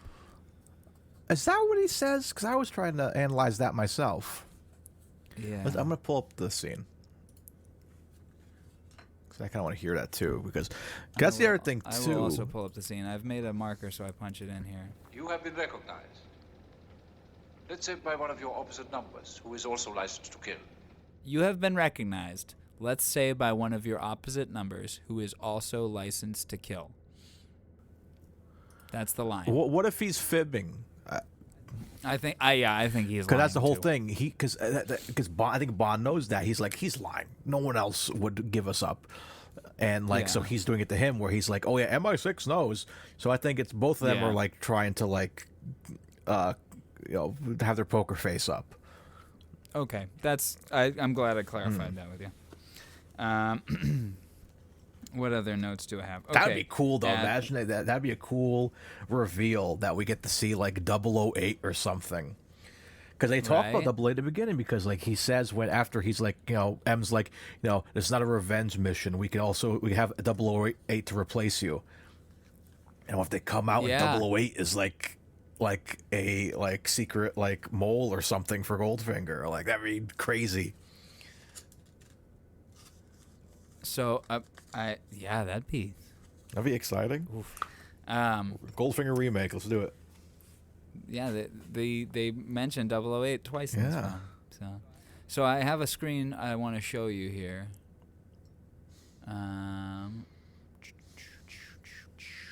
Excuse me. I'll just pull up the entire screen here. So at 1 hour, 1 minute, and 47 seconds, Odd Job motions, follow me, and there's a sign right behind him in bright yellow that says, follow me. Oh, look at that suit. That's a suit that I modeled my my wedding suit after. That one specifically. The gray one, that's the one. Follow me. Manners, Odd Job. Manners, Odd Job. Isn't that funny, that follow me I've never noticed that. That's so funny. It's like the make your choice. Little things that you never notice, like perfect synchronicity. Yes. Like, or maybe on the set they're like, oh my God, there's a sign that says follow me. Maybe when Odd Job motions to follow, we put him right in front of that sign. That's so funny. Okay, what other notes do I have? So the car crushing scene can be mixed with Breaking Bad when they're crushing the van down. Or not the van, excuse me, the RV. You know what I'm talking about? It also reminds me of Herbie Fully Loaded. I don't know if you've ever seen that one, but we watched it recently. We're at Disney. Herbie the Love Bug is the Lindsay Lohan one. Yeah, with Michael Keaton. But at the beginning, Lindsay Lohan's looking for a new car, and Herbie's in the junkyard, and there's a scene that he's going to go into a car crusher, and he's just wiggling around. He drops down, so you can have it drop down and cut that he's about to hit Odd Job's car or something.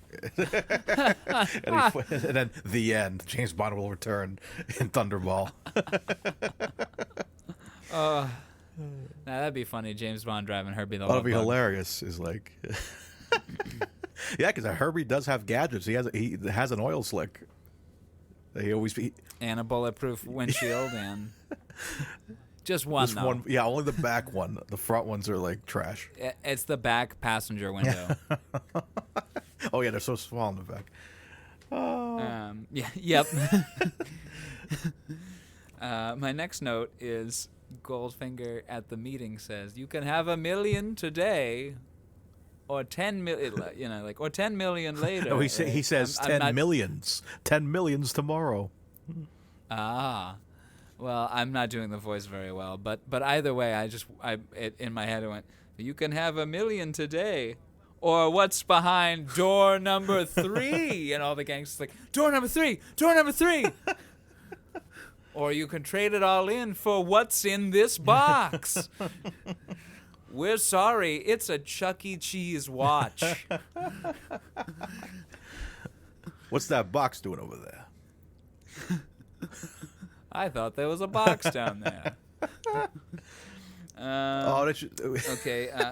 Another phrase or another quote I have from Goldfinger is, touts looking for racing tips. Touts. Bunch of touts. Also, speak of that meeting scene, I always laugh at the close-up. I don't think it's 80 yard, but when the guy goes, banks don't open on Sundays. He's just right in the lens of the camera, like, banks don't open on Sundays. Cut to Uncle Vernon.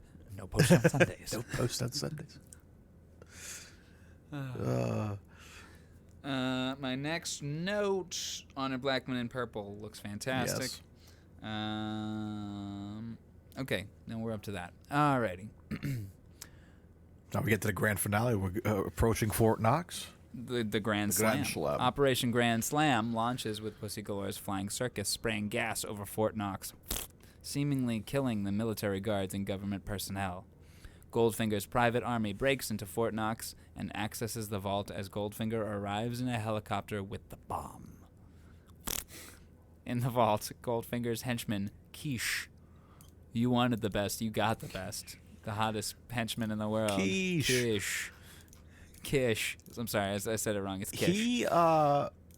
What's Kish. the actor's name? Let me see if I find him.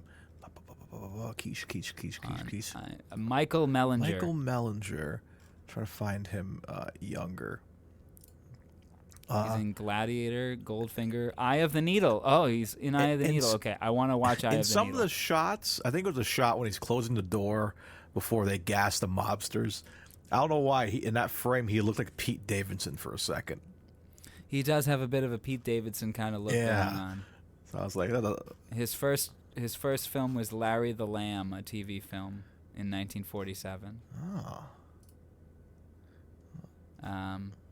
But he is in Eye of the Needle, which I need to watch because I've read the book, and I really, really like the book. If I still have it, I'll let you borrow it. It's a really good book.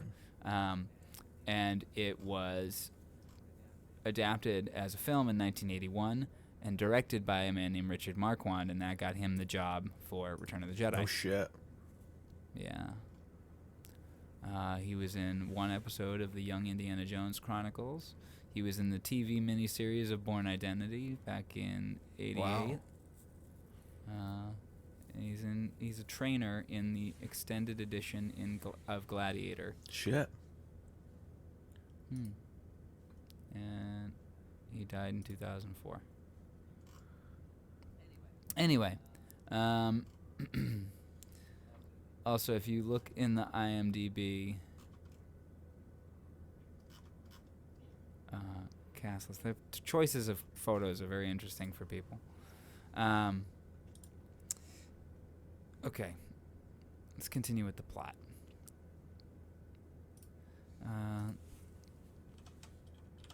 In the vault, Goldfinger's henchman, Kish, handcuffs Bond to the bomb.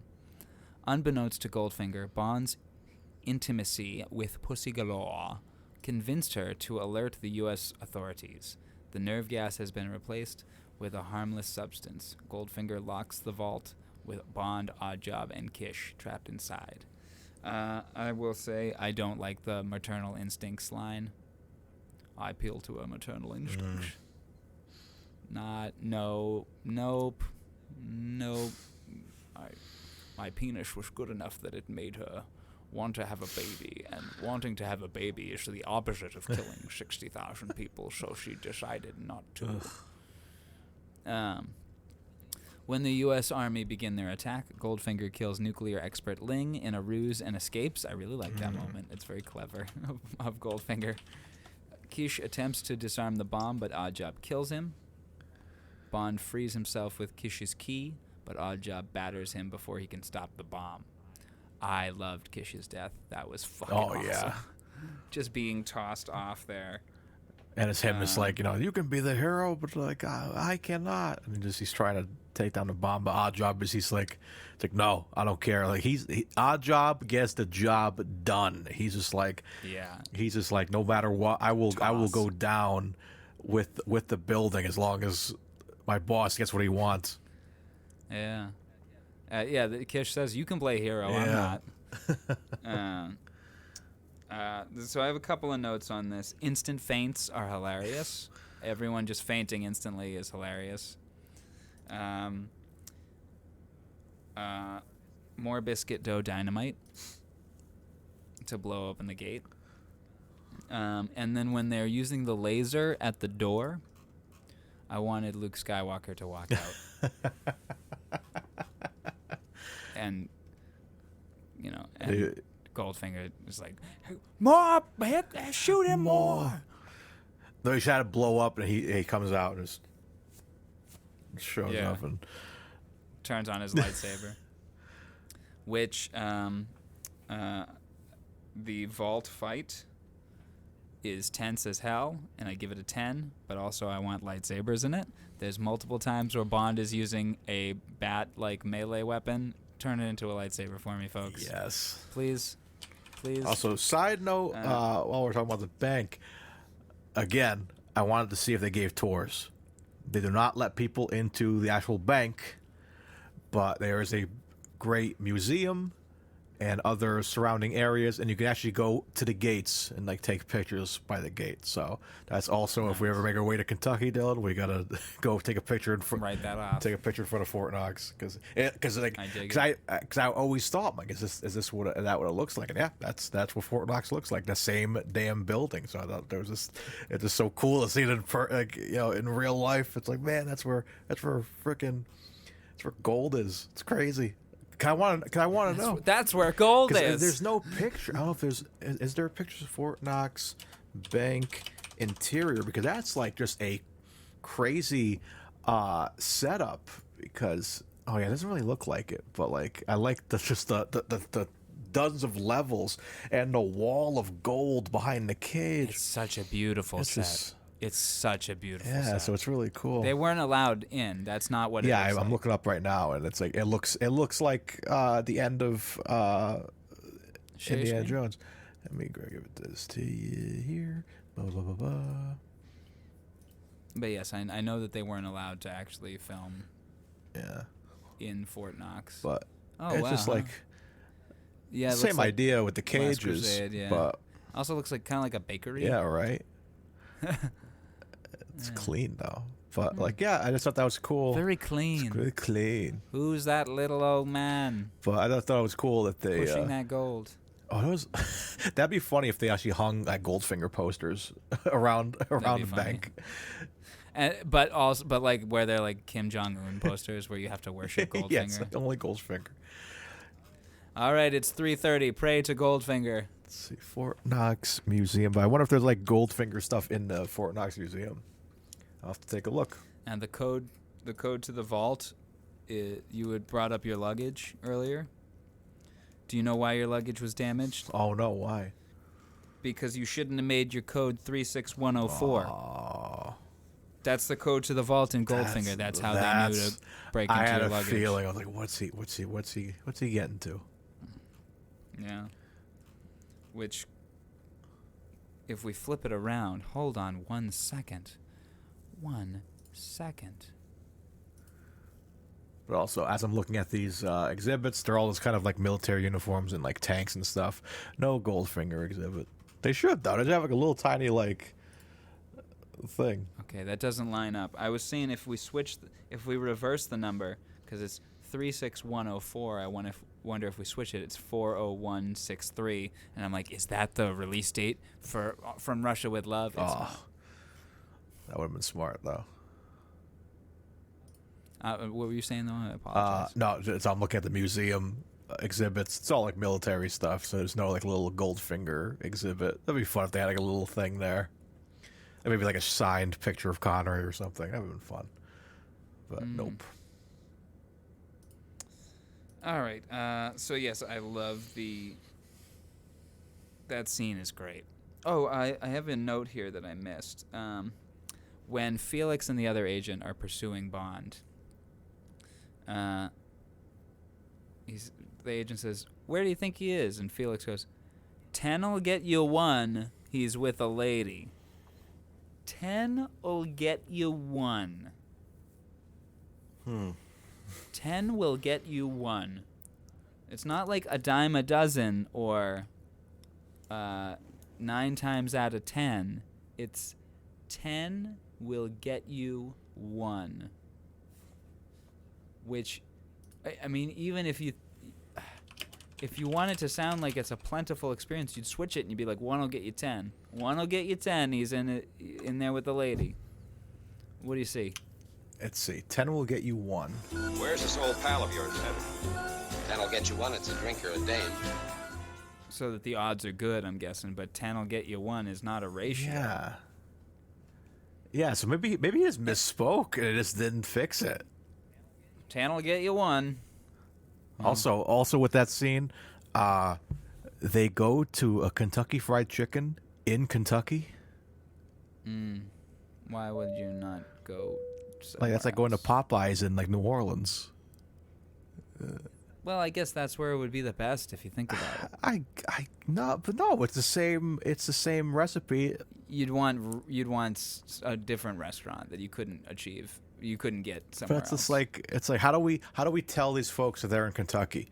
Let's put a Kentucky Fried Chicken. They go to a Kentucky Fried Chicken, like that's just weird. Like because you see when like he's beeping the horn when they see that Bond's tracker's moving, and Felix comes out with napkins in his like hand, like he just finished a bucket of chicken, KFC, and you see the KFC.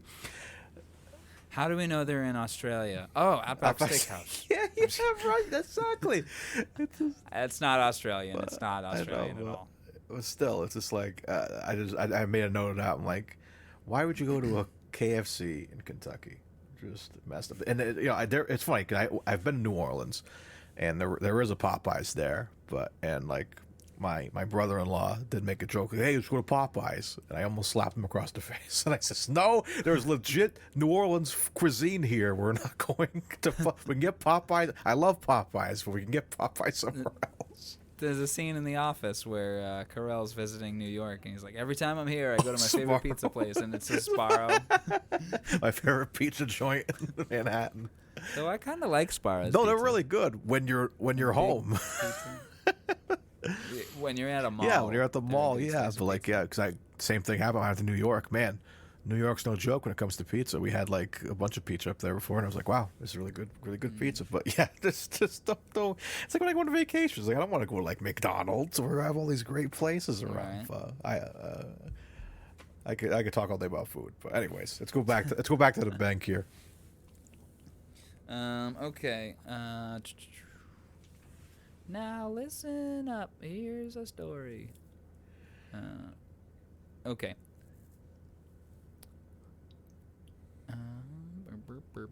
I want to talk about this odd job fight scene. Okay, Bond manages to fatally electrocute Oddjob and then forces the lock off the bomb, but is unsure how to disarm it. All right, go ahead. Yeah, I was just super excited about this because Harold Sakata. It's a great fight. Harold Sakata as Oddjob. He was a professional wrestler, weightlifter. He was dope, and wrestling name was Tosh Togo. Tosh Togo. A lot of people thought he was Mr. Fuji. He's not Mr. Fuji. There is a wrestler named Mr. Fuji who looks a lot like him, and I think at one point he dressed up like Oddjob. But yeah, he was just badass, and it was just really cool to see that because wrestlers always have their way of, like choreographing a fight scene. Because this is not we have a lot of wrestlers in Bond history. The henchman that fights Connery in The Office in You Only Live Twice, that's The Rock's grandfather. Yeah. So there's that. And then we have newer in Craig, Dave Bautista had a fight scene with him. And I think Craig tells a story about how he punched Bautista really hard in the face and he got scared and he like ran off because he thought Bautista was going to kick his ass. But he's used to that. So it's really cool to see wrestlers working like that in films. I mean, nowadays. Who's in Spy Who Loved Me? I'm Spy sorry. Who Loved Me? Go ahead, continue. But yeah, I just love this fight scene because you could tell they really choreographed this, and like they're like Connery was like just toss me around, and it's one of the better like henchman fight scenes. I really enjoyed it, and I just love him getting right before before Bond sees the hat and gives him the hands like come at me.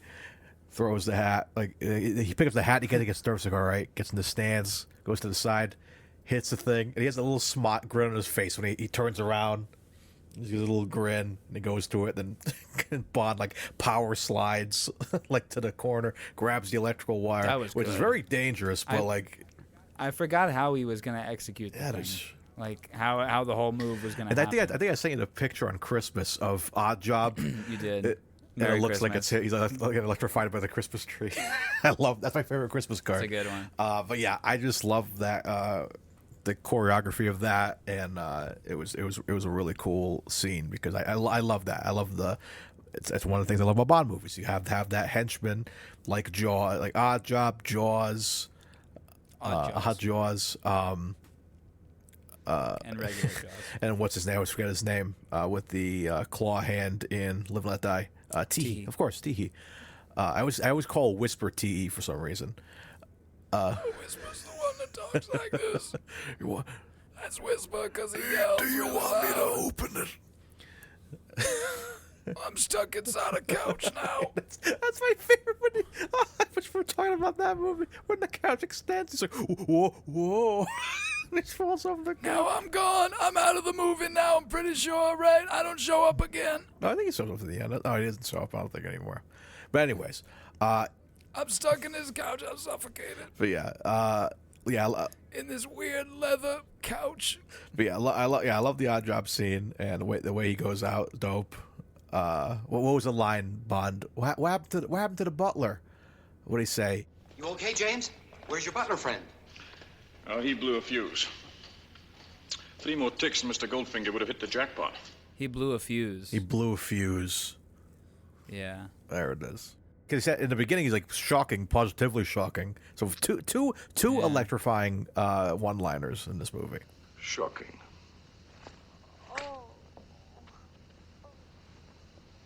Positively shocking. Not as good as positively shocking. No. What other notes have I here? All right. Let's just wrap up the wiki summary, and then we can talk freely. Bond manages to fatally electrocute Oddjob, then forces the lock off the bomb, but is unsure how to disarm it. After killing Goldfinger's men, U.S. troops open the vault. An atomic specialist rushes in and turns off the device with 7 seconds left. Great moment. Just flicks a switch. Yeah, also, they don't show us the switch. I really would have liked to have seen the switch. Yeah, right. Like, it's literally just one of those O and I switches. I had the 0, I had the 1. note that I like that there was a small Wheel of Curiosities in the bomb. Yes, and he's just like, I'll just grab it with my hand. This is a nuclear weapon, and I'll just grab He these thought that moving stopping parts. it from turning would like turn it off. He's like, nope, that's not working. Oh, well, my hand's caught in there. Oh, my God, it's removing my hand now. Oh, good Lord, I'm bleeding all over this. I'm sure. You know what? Let me stick my other hand in there and get it back. I thought that was really funny. What took you? I love how simple that was, and I love. I think is this the only time it happens where the bomb stops at 007? Yes. Yeah, man, I wish there was more. So. I don't think it does not. Yeah, because that needs to be a thing. I feel like that should have been a recurring thing that it always stops at 007. I think they only get one No, of those. I don't know. Before it becomes all right, and then at the end, son, he stops the bomb and there's always 7 seconds left. It'd be like ruining it. I guess. Like when a family member goes, "Oh, you haven't seen Halloween? That's the one where a guy tries to kill his sister 7 times." Yeah, but also, yeah. But anyways, yeah. All right. Okay, let's wrap it up. En route with Pussy, Bond is flown to the White House for lunch with the president, but Goldfinger hijacks the plane. In a struggle for Goldfinger's revolver, the man with the golden gun discharges and creates an explosive decompression that blows Goldfinger through the ruptured window. Bond and Pussy parachute safely from the aircraft before it crashes. Leiter's helicopter passes over the pair who have landed in a wood. Damn right. In a wood. Bond declares, "This is no time to be rescued," and draws the parachute over himself and Galore. End of wiki description. Beautiful. All right, so let's cover a couple of things. Mario is holding his golden gun which is Scaramanga's It's the wrong golden gun, but Goldfinger does have a golden gun Yes. in this. He gets sucked through the plane window, like the ending of Alien Resurrection. And I just want to cut those two together, where it's that horrible, ugly alien, like having its guts ripped out through the window. And then it cuts to Alien Resurrection. Hey! I would always want to cut it as that he clogs the window, and that stabilizes the plane. Like, well, I guess we can keep on flying. And he's just yelling the whole time, like, "Get me out of here! Let me out of here! Hey, you guys! Hey, it's me! Screw you guys! I'm golden home!" But yeah, so good. Yeah, 'cause it's like really like, how did they get the? I don't know. It's a Bond movie. I'm answering my own question. How did they get the parachute so fast? It's a Bond movie. But yeah, I thought that was fun. Ejector sheet. Q, you must be Parachute. joking. I want to cut that with Mr. Jones, no parachute. Dr. Jones. Beautiful. Do you know how to fly this thing? No. Do you? Of course, Bond knows how to fly the plane. But this is no time to be rescued. They died. They died. Just dead. They had no food, no water, and they were mauled by a mountain lion to death. That's a Bond thing. Like, I think I just talked about this with shout out to Andy, Andrew Lima, about he asked me. Tonight must last us forever. But he asked the question, why is it at the end of Dr. No that they're being pulled away on the boat and he just lets go of the thing? He's just going to be stuck in the middle of the ocean. It's like, yeah, but he's having sex. So that evens it out, I guess. That is all the nutrition one needs. So that's just a thing he does, and there it is. Same thing with Moonraker. He's just in space, and there's a tempting re-entry, but not the re-entry you think it is. It's his thing. And then the ship runs out of fuel, and they just drift endlessly into the void like George Clooney in Gravity. You know, one thing that was, man, I wish they did it, because they already gave you enough nods in No Time to Die. After the tragic death of Felix Leiter, and Bond is on the raft with the cigar. Spoilers for No Time to Die. Go if you're listening to this podcast, you better have seen No Time to Die. I'm just saying. But anyways, but yeah, I think the boat that saved them, it should have been a fishing boat, and it should have been Quarrel the Fifth. I wanted that so bad. Just give me another Quarrel. He's just there's like they're like Nurse Joy from Pokemon. There's a bunch of Quarrels, right? And they're all twins. And they all share the same hairbrush. They all share the same hairbrush. It's the man who shares all the hairbrushes. It's one hairbrush. The Sisterhood of the Traveling Hairbrush. Oh my! Which causes a lot of quarrels. Many quarrels. I'm going to use the hairbrush now. No, I'm going to use the hairbrush now. Gentlemen, stop quarreling. And then they all laugh.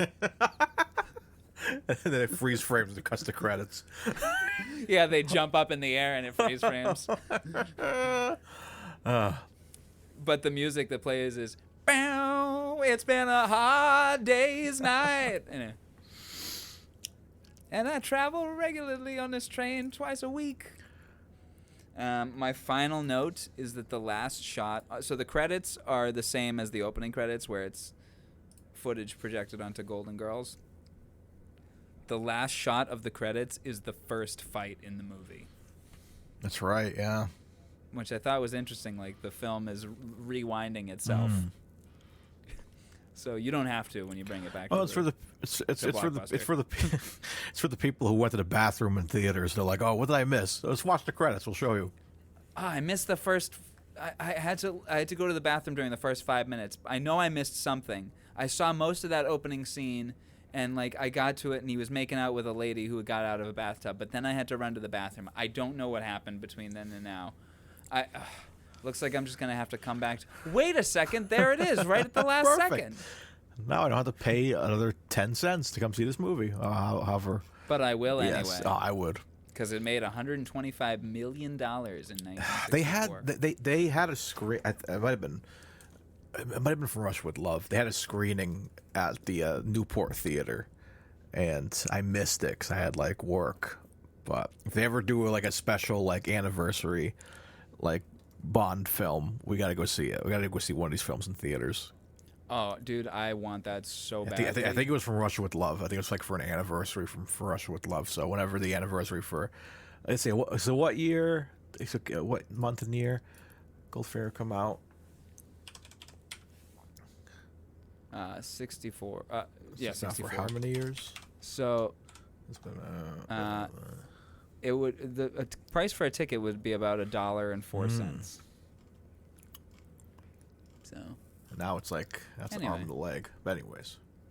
But yeah, if any of the Bond films come to theaters at all, you and I are going. Because we've only seen one together in the theaters, and that was the most recent. Did we not go see Spectre together? Spectre? No. Nope. And No Time to Die has been the only one I've seen in the theater. Oh, no shit. Okay. Yeah, unless I saw a Brosnan one as a kid, but I can't imagine my father would have taken me to that. I know my mother wouldn't. I think World Is Not Enough was my first one in the theater. Yeah. And then I usually draw a picture on each of these little note sheets, and I drew. I attempted to draw a bar of gold, but then I made it. I filled it in with color, and it's Butterfinger. Butterfinger. Okay. So, you got any? Another note I like. Felix says, "There's liquor for 3 on the plane," and Bond goes, "Who else is on?" He's like, "There's no other people." Nobody else. I like good. that.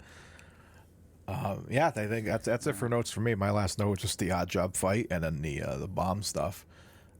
I don't think we need to get into the production or the behind the scenes stuff. It's been covered endlessly. You want to read about the behind the scenes on Goldfinger, just go read about it. It's one of the biggest films of all time. Yeah, this is like the biggest film we've covered, honestly, so far. I mean, other ones are great, but yeah, this is probably the biggest film we've covered so far, like Connery wise. In terms of cultural impact. Yeah, I guess it's like, again, like I know we're kind of talking about nowadays, but I still believe that you think of James Bond, you think of spy movies, you are going to think about this film. It's iconic. You think of the car, the Aston Martin DB5. Where's that car? It's the Aston Martin DB5. You think of Goldfinger. Same with the DeLorean. Where the DeLorean is from Back to the Future. You're always going to associate those with that. So it's just iconic. I think biggest films that we've done so far have been Man Who Would Be King in terms of scale, and then Longest Day also in terms of scale because it is an epic. But none of them have been as big in cultural impact as Goldfinger. Yeah, we're gonna have a lot of fun with promotional pictures for this. There's a lot of fun promotional pictures and behind the scenes stuff. So we're gonna have a lot of content for you guys over on Instagram. Be sure to check that out. For sure. Because I'm looking right now because I collect movie posters. The only Bond one I have is Thunderball because I love that poster. There's a lot of good posters for this one. Yeah, like the original one, like the main one is okay. It's like James Bond is back in action. Has like the small pictures. Everything he touches turns to excitement. And it has 3 stills, but there's so many other better ones that like I love. That I got a whole list of like I love the Live Let Die poster. There's so many great posters. So this one I gotta look for a good one. It's the ones from like the one with the hand is very good. Yeah, and there's one here. I don't know if I could. Is it this can't be? Is this a legit one or is this like a reissue kind of thing? Share your screen. This one's very good. Yes, I also am clicking on this one. This is a very nice one. It's a white background, pretty much all just black, white, and gold, and like pale skin tone, I guess. Is that a legit one? For $15, that's not bad. It's very, very, very nicely done. It's got Bond and Shirley Eden as Jill Masterson back to back, and then a nice little compilation of faces. It's really nice. I like that I one might a lot. get this one. Do it. Get it. But yeah, I don't really think there's anything we can say about this film that hasn't been said production-wise. Go pick up. Well, you don't have to pick it up if you can borrow it from the library somewhere. Pick up the James Bond Toshin Archives book. That's got some really good stuff about Goldfinger in there. It covers the whole production of it. Yeah, I think we've just had a pleasant conversation talking about this film. I had a great time rewatching it. It was a great time. Yeah, it's by far, again, it's my favorite Bond movie. Obviously, I mean, I have favorites of Connery's or of all of them. Like, you say this is your favorite of all of them? I wouldn't. I don't know. You don't have to follow me, but I wouldn't say it's yeah, my sure. favorite. Yeah, I think it's just because this is my first Bond movie. This is the first Bond movie I ever saw, was Goldfinger. Yeah. That my mom introduced me to. I just remember, because, like any boy, again, going back to the cars, I just remember seeing... Like any good little boy. boy. I just remember seeing the car, on the road, and I'm like, I love cars. I saw the Rolls Royce, and I'm like, I like that one. That one's cool too. And seeing what it does, and it's all the other fun, wacky stuff. That's what got me into Bond. So this is the gate that opened was Goldfinger, that showed me the way of Bond, and now it's my favorite fandom of all time. We just did a little questionnaire thing on Friggin' Nerds about favorite fandoms, and Britt, one of our hosts, was list your 3 favorite fandoms, but try not to overlap, because of course everyone loves Marvel and DC and stuff. So I said, all right, I think I'm going to say, to be different, I'll say Star Wars, because I'm probably the biggest Star Wars fan for Friggin' Nerds. Next, James is big too. And so I said Star Wars, wrestling, and James Bond. I said, that's perfect. That encapsulates who I am as a person. I'll nerd-wise. I just love... Yeah, I don't hit people. I don't hit women. But I would love a car with a gun on it. It'd be great. But yeah, it's just my favorite fandom, and I just love it. If I'm down, this is one of the films I grab. I've been staying away from it lately because we're doing this podcast. So I'm like, I'll be tempted. I was feeling down a few weeks ago, and I really wanted to watch a Connery Bond. And I said, no, I can't do it. So I did the second best thing. I watched the Roger Moore one. So that's the thing. I can always go back no matter what. I can literally grab the Blu-ray collection, open it to a random thing, my eyes closed, grab a DVD, pop it in, and be happy with what I chose. Because even at its lowest points, I still love James Bond so much. This is why we started this podcast, really. And it just I'm so glad we got to finally cover this film. So I'm probably kind of hinting at what my grade's going to be afterwards, but I love this film. It's fantastic. And well, do we want to get into I think it's about that time. Okay, you want to go first? Sure, since I'm on. Let's do our before we get into it. Let's do our one ranking that falls outside of all of them. Does the SH? The SH on a scale of 1 to 10. This is the only ranking that doesn't really matter. Yeah, it's like a 4.5. Doesn't really H that much. I think the only time it's the Beatles with earmuffs a little bit there, but it's not that bad because cause that's the thing with him. We'll talk about his performance in a second, but he's very. I understand everything he's saying, so and you're really leaning forward to listen to what he's saying in this film. So it's I thought he's a 4 for the SHs. Okay, I gave him a 2. Okay. It's still developing. Yeah. All right, now let's get into the ratings that do matter. We'll start with the least important. Sexy. Very sexy. Oh, he's a 9.5. No 10 just because forcing himself on Pussy Galore. That's not sexy. That's not sexy, baby. Not at all. But yeah, and I mean, he just, I'm telling you, he makes me want to have a terry cloth onesie. I'll look terrible in it, but he makes me want to have one. I'm going to give him a 7. Ooh, okay. I also want that terry cloth onesie. He's a very attractive man, and I will agree with you, yeah, he looks the best of all the Bond films. He looks great. His hairpiece looks great. He looks Is he charismatic. is he as hair hell. He looks piecing in this very film handsome. already? I thought he started. I thought he believe started. so, yeah. I thought he started hair piecing in Thunderball.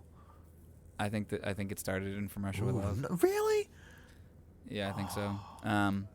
But the forcing on Honor Blackman that takes some points away, and everyone like Jill Masterson and Pussy Galore are gorgeous. But that doesn't improve Sean's sexy score. I don't know. It's a 7. When does he start using the hairpiece? Dr. No. Oh, hot diggity. Look at that. The legendary actor started going bald at the very early age. In fact, he was only 21 years. Wow, we have something in common. I went bald at 21. Started going bald at 21. Wow. When he started losing his hair, by the time he was in his early 30s, hey, that's me right now, and was cast in Dr. No, he had to wear a hairpiece if he was going to be able to pull it off as Secret Agent 007. Wow. I thought that he... Wow. That's a good-looking hairpiece. Yeah, it looks really good. Well, and, watching it on Blu-ray, I couldn't really see any well, blue. he probably wasn't going. He was probably like receding a little bit, but like, yeah, it wasn't But you go bad. to like You Only Live Twice. That's like, yeah, that's a hairpiece. Yeah, some years Yeah. between. So I'm gonna give it a 7. The forcing takes away from it because that takes a lot of Okay, points. yeah. In fact, that takes 4 points, but the sexiness of Shirley Eaton and Honor Blackman raise it back up to a Yes, 7. ma'am. Gorgeous. Good Lord. All right, now let's get into the 2 ratings that matter the most. Mario, go ahead. We're doing a Connery. Let's do the film rating. All right, film. Yeah. Easy 10. This is easy Easy 10. 10 It's for you. Goldfinger, man. This is the film that, like, I love it. I just love it so much, and I'm just so glad that I'm just so hyped that it's the first Bond movie we got. We were crazy. Even after we stopped recording that night, we were just like, can you believe we got Goldfinger? We just went bananas. So, like, We were on such a high. I think this is one we should do a commentary track for, just because of the love for it. You know, just like I'm not I opposed. think it should be one of it. We'll email us and let us know on Instagram. Like, if there's a Bond film you'd like us yeah, to do the or any commentary film, for. like any film you want us to do a commentary track for, we'd love to, because I think we do love a good commentary track. So we would love to do that. Let us know. And as you can tell, we like sitting and talking for 2.5 hours. Oh yes, we've been going for a bit. Yeah. So. All right. So. Alrighty. So, shall I give it my rating? You shall. I'm gonna give it a 7. Ooh. Yeah. I really like this film. It's very good. It's not my favorite Bond film.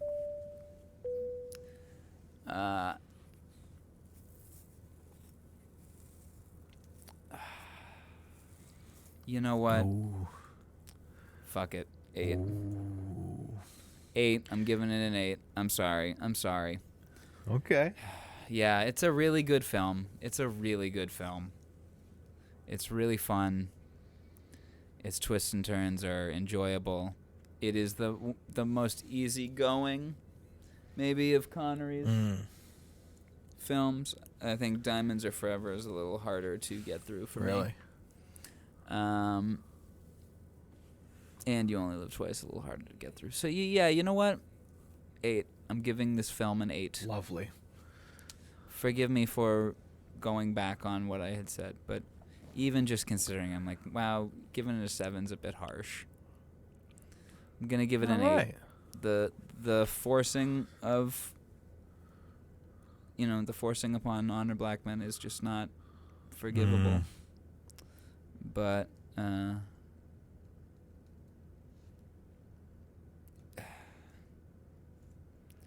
yeah.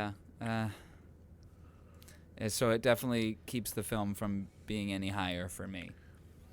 There are a lot of things that give it that 8, though. Gert Frobe's fantastic. Everyone's great in it. There's no real bad actors in it. Q is phenomenal for the one scene. It's just the perfect Q scene. Who's your favorite great. Felix Leiter? I think it's got to be Jeffrey Wright. Me too. but this one's a close second just because I don't know. He's just more recognized. Like he's not the most extra. I mean, there's better Felixes, obviously. You know, like even like the one in like Live and Let Die. Okay, a real Felix Leiter. But yeah, I just think for nostalgia points, I like this one just because I just love his delivery on stuff. Rick Van Nutter in Thunderball, Norman Burton, Jack Lord in Dr. No, obviously, Norman Burton in Diamonds Are Forever, David Hedison, John Terry, Jeffrey Wright. Okay, yeah, I'm gonna say Jeffrey Wright's my favorite too, but like just for nostalgia reasons, I like him here. But yeah, I mean Bernie Casey's okay. In Never Say Never Again. Oh yeah. So. Yeah, I'm interested to get to that one. That's gonna be fun. But all right. So we're doing the. Well, yeah. So sorry to go back on the rating. We always do that. We always go back on what we say sometimes here on that show. That's how it is. We always sometimes. I mean, it's like like anything. But let's get to the man himself, our Sean Connery rating. Our Sean rating. What are you giving it? I'm gonna give him an 8.5. I think 8.5. I think it's like I don't know. Yeah, 8.5. I'll stay with 8.5. He's good. Okay. I think he's definitely trying. I feel like he's most comfortable in Thunderball. If that makes sense. I don't know. He's comfortable in this too. It's just I don't know. Probably points off for 9 again, just for the kind of weird stuff he says, just woman-wise, and just the man talk is already a negative point, which is a line we always meme about, but it's just like okay, But yeah, but as the agent, he's great and fine. So yeah, I think it's a simple 8.5. Alrighty. I'm going to give him a 7.5, which puts our average at an 8. He's fine in this. He's charming as hell in the first half hour, 40 minutes, but he starts to kind of check out. It doesn't help that Bond is behind the plot so often, and Sean Connery took issue with that. He's like, Bond is way too behind the 8 ball in this movie. Like, he's finding out stuff. Like, he's not in control of the situation as he has been in the past 2 films. And you can kind of see that in his acting. Again,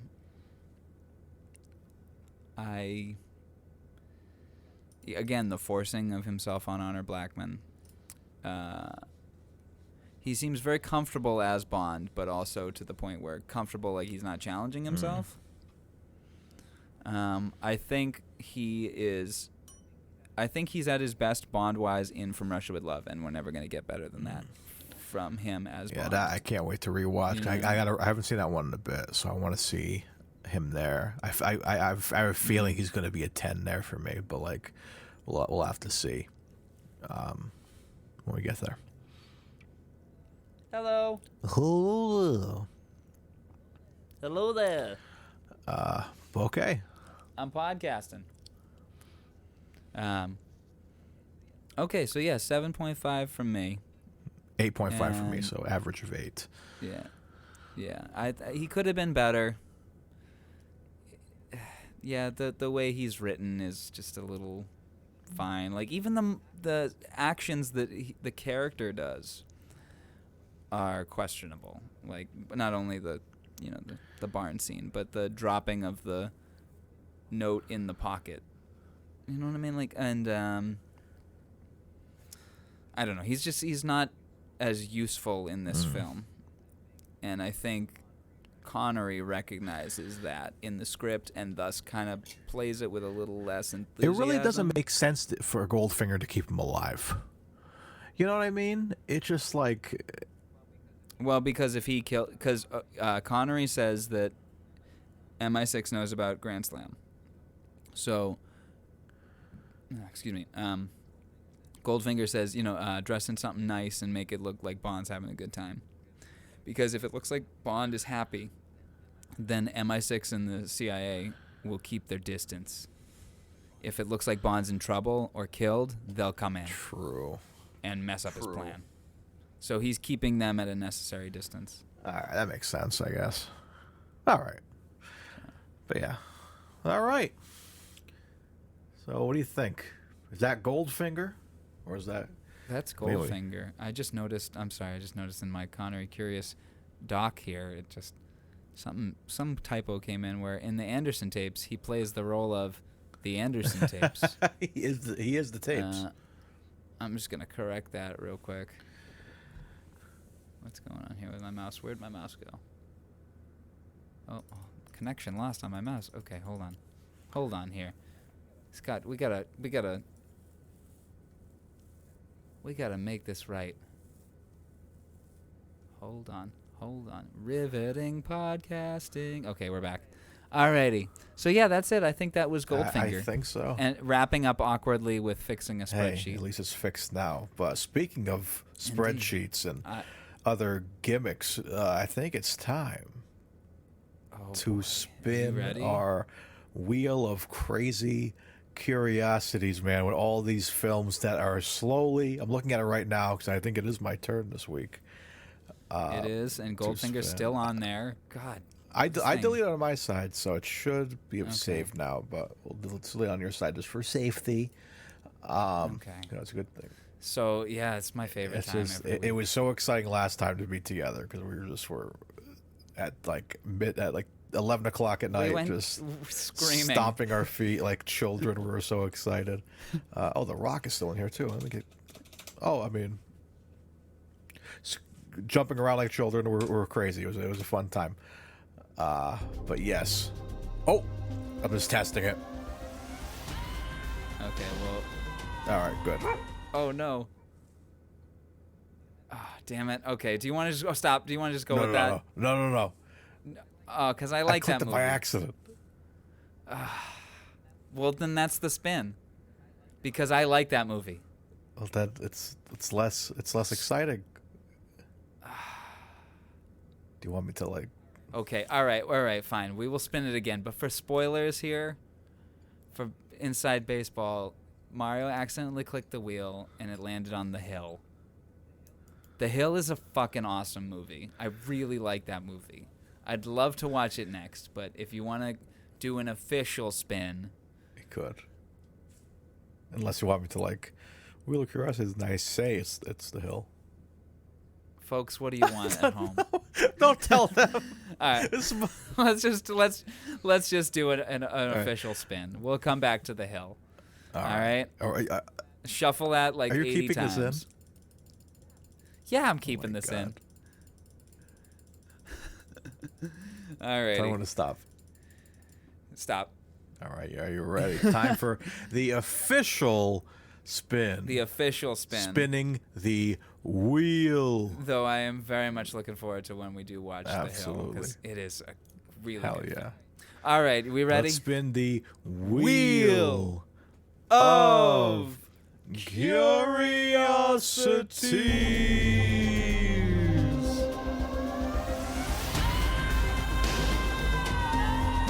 Oh my god. Oh my god. Guys, we just got You Only Live Twice 2 Bonds. Can we go back to The Hill? Do you want to? Do you want to go back to The Hill? I kind of do. I don't really love You Only Live Twice all that much. We're getting Bonds now. We're finally getting Bond movies. Yeah, but it's not one of my favorite Bonds. I could totally wait on that. If we were going to immediately watch a Bond after this, I would want it to be either Dr. No or From Russia with Love. All right. You know? All right. Let's Dylan, let's cut it before I spun the wheel and then put No, let's do that. No, Let's do all it. right. You know what? You got a coin? You got a coin on you? Yes. You have a coin? Okay. Let's flip. All right. If it lands so heads, You Only Live Twice. Is The Hill. Heads The Hill, tails You Only Live Twice. All right, let's do it. The flip of curiosities. All right, there you go. The hill. The hill? Okay, awesome. The hill it is. It was heads? Yes. Awesome. Okay. I'm sorry to shut you down, Mario. I'm sorry. I love You Only Live Twice, but... All right, let's... Frankly, it's the most insane of the Bond films, I think. Like, of his Bond films. Like, Diamonds Are Forever is insane, but I think You Only Live Twice is more insane. And I love it. It's a good film. It's a great film. But, dude, trust me, The Hill is so good. All right, I'll take your word for it. I mean, I'm excited to see any film, but let's look at 1965's The Hill. 5 British soldiers are sent to a detention camp in the Libyan desert, including Sergeant Major Roberts, Sean Connery, whose conviction for the assault of an officer is shrouded in mystery. As punishment, the vicious Staff Sergeant Williams, Ian Hendry, orders the prisoners to continuously climb a man-made hill in the scorching desert heat. Though his colleague, Staff Sergeant Harris, Ian Bannon, sympathizes with the new detainees, he can only watch as Williams goes to sadistic extremes.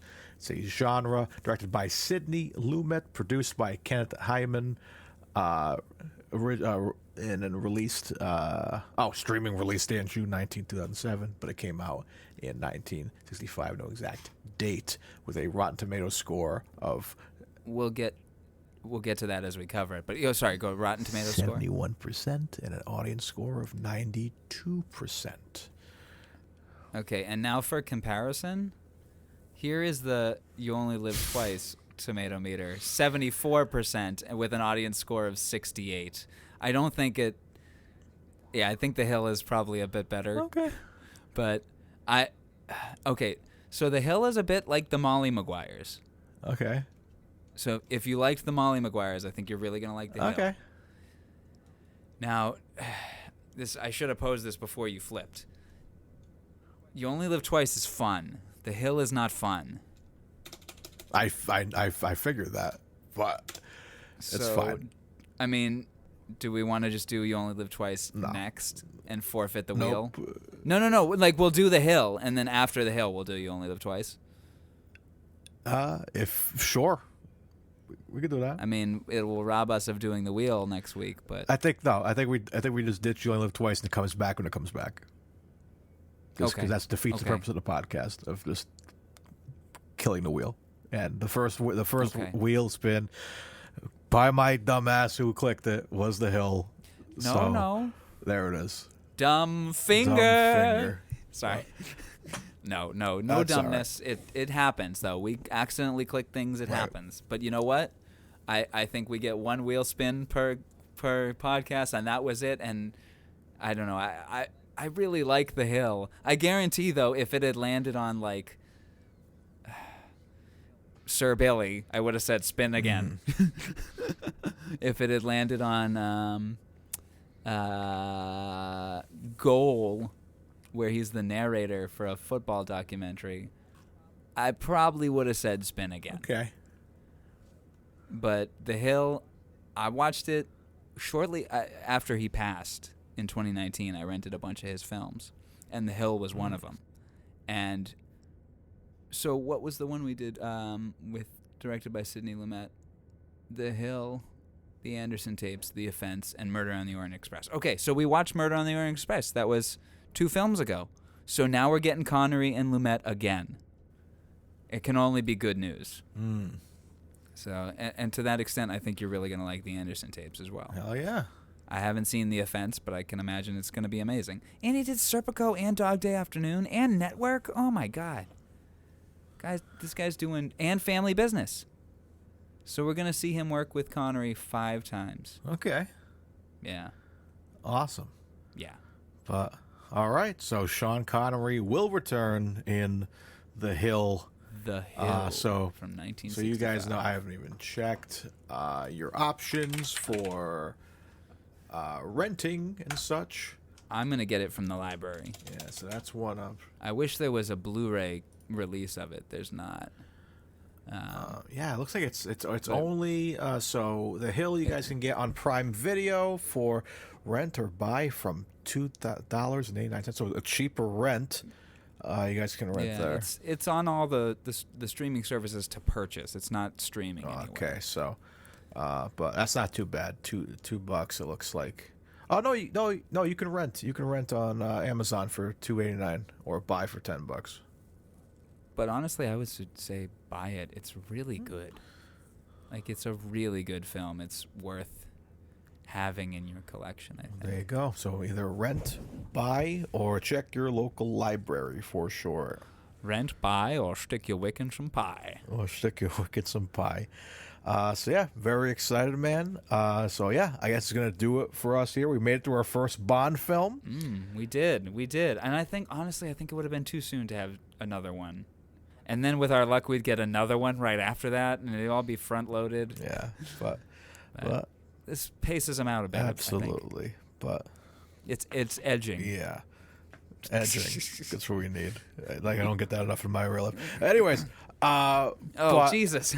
So, yeah, I think we're going to get out of here. So, of course, guys, thank you guys so much for listening. We'll see you guys next week. And next time, I will be Mario Lima.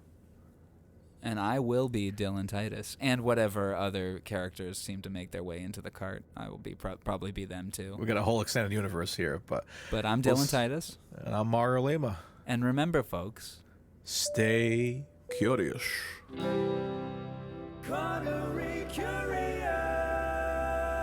You've been listening to Connery Curious, a Titus Compositions and Friggin' Nerds Media podcast.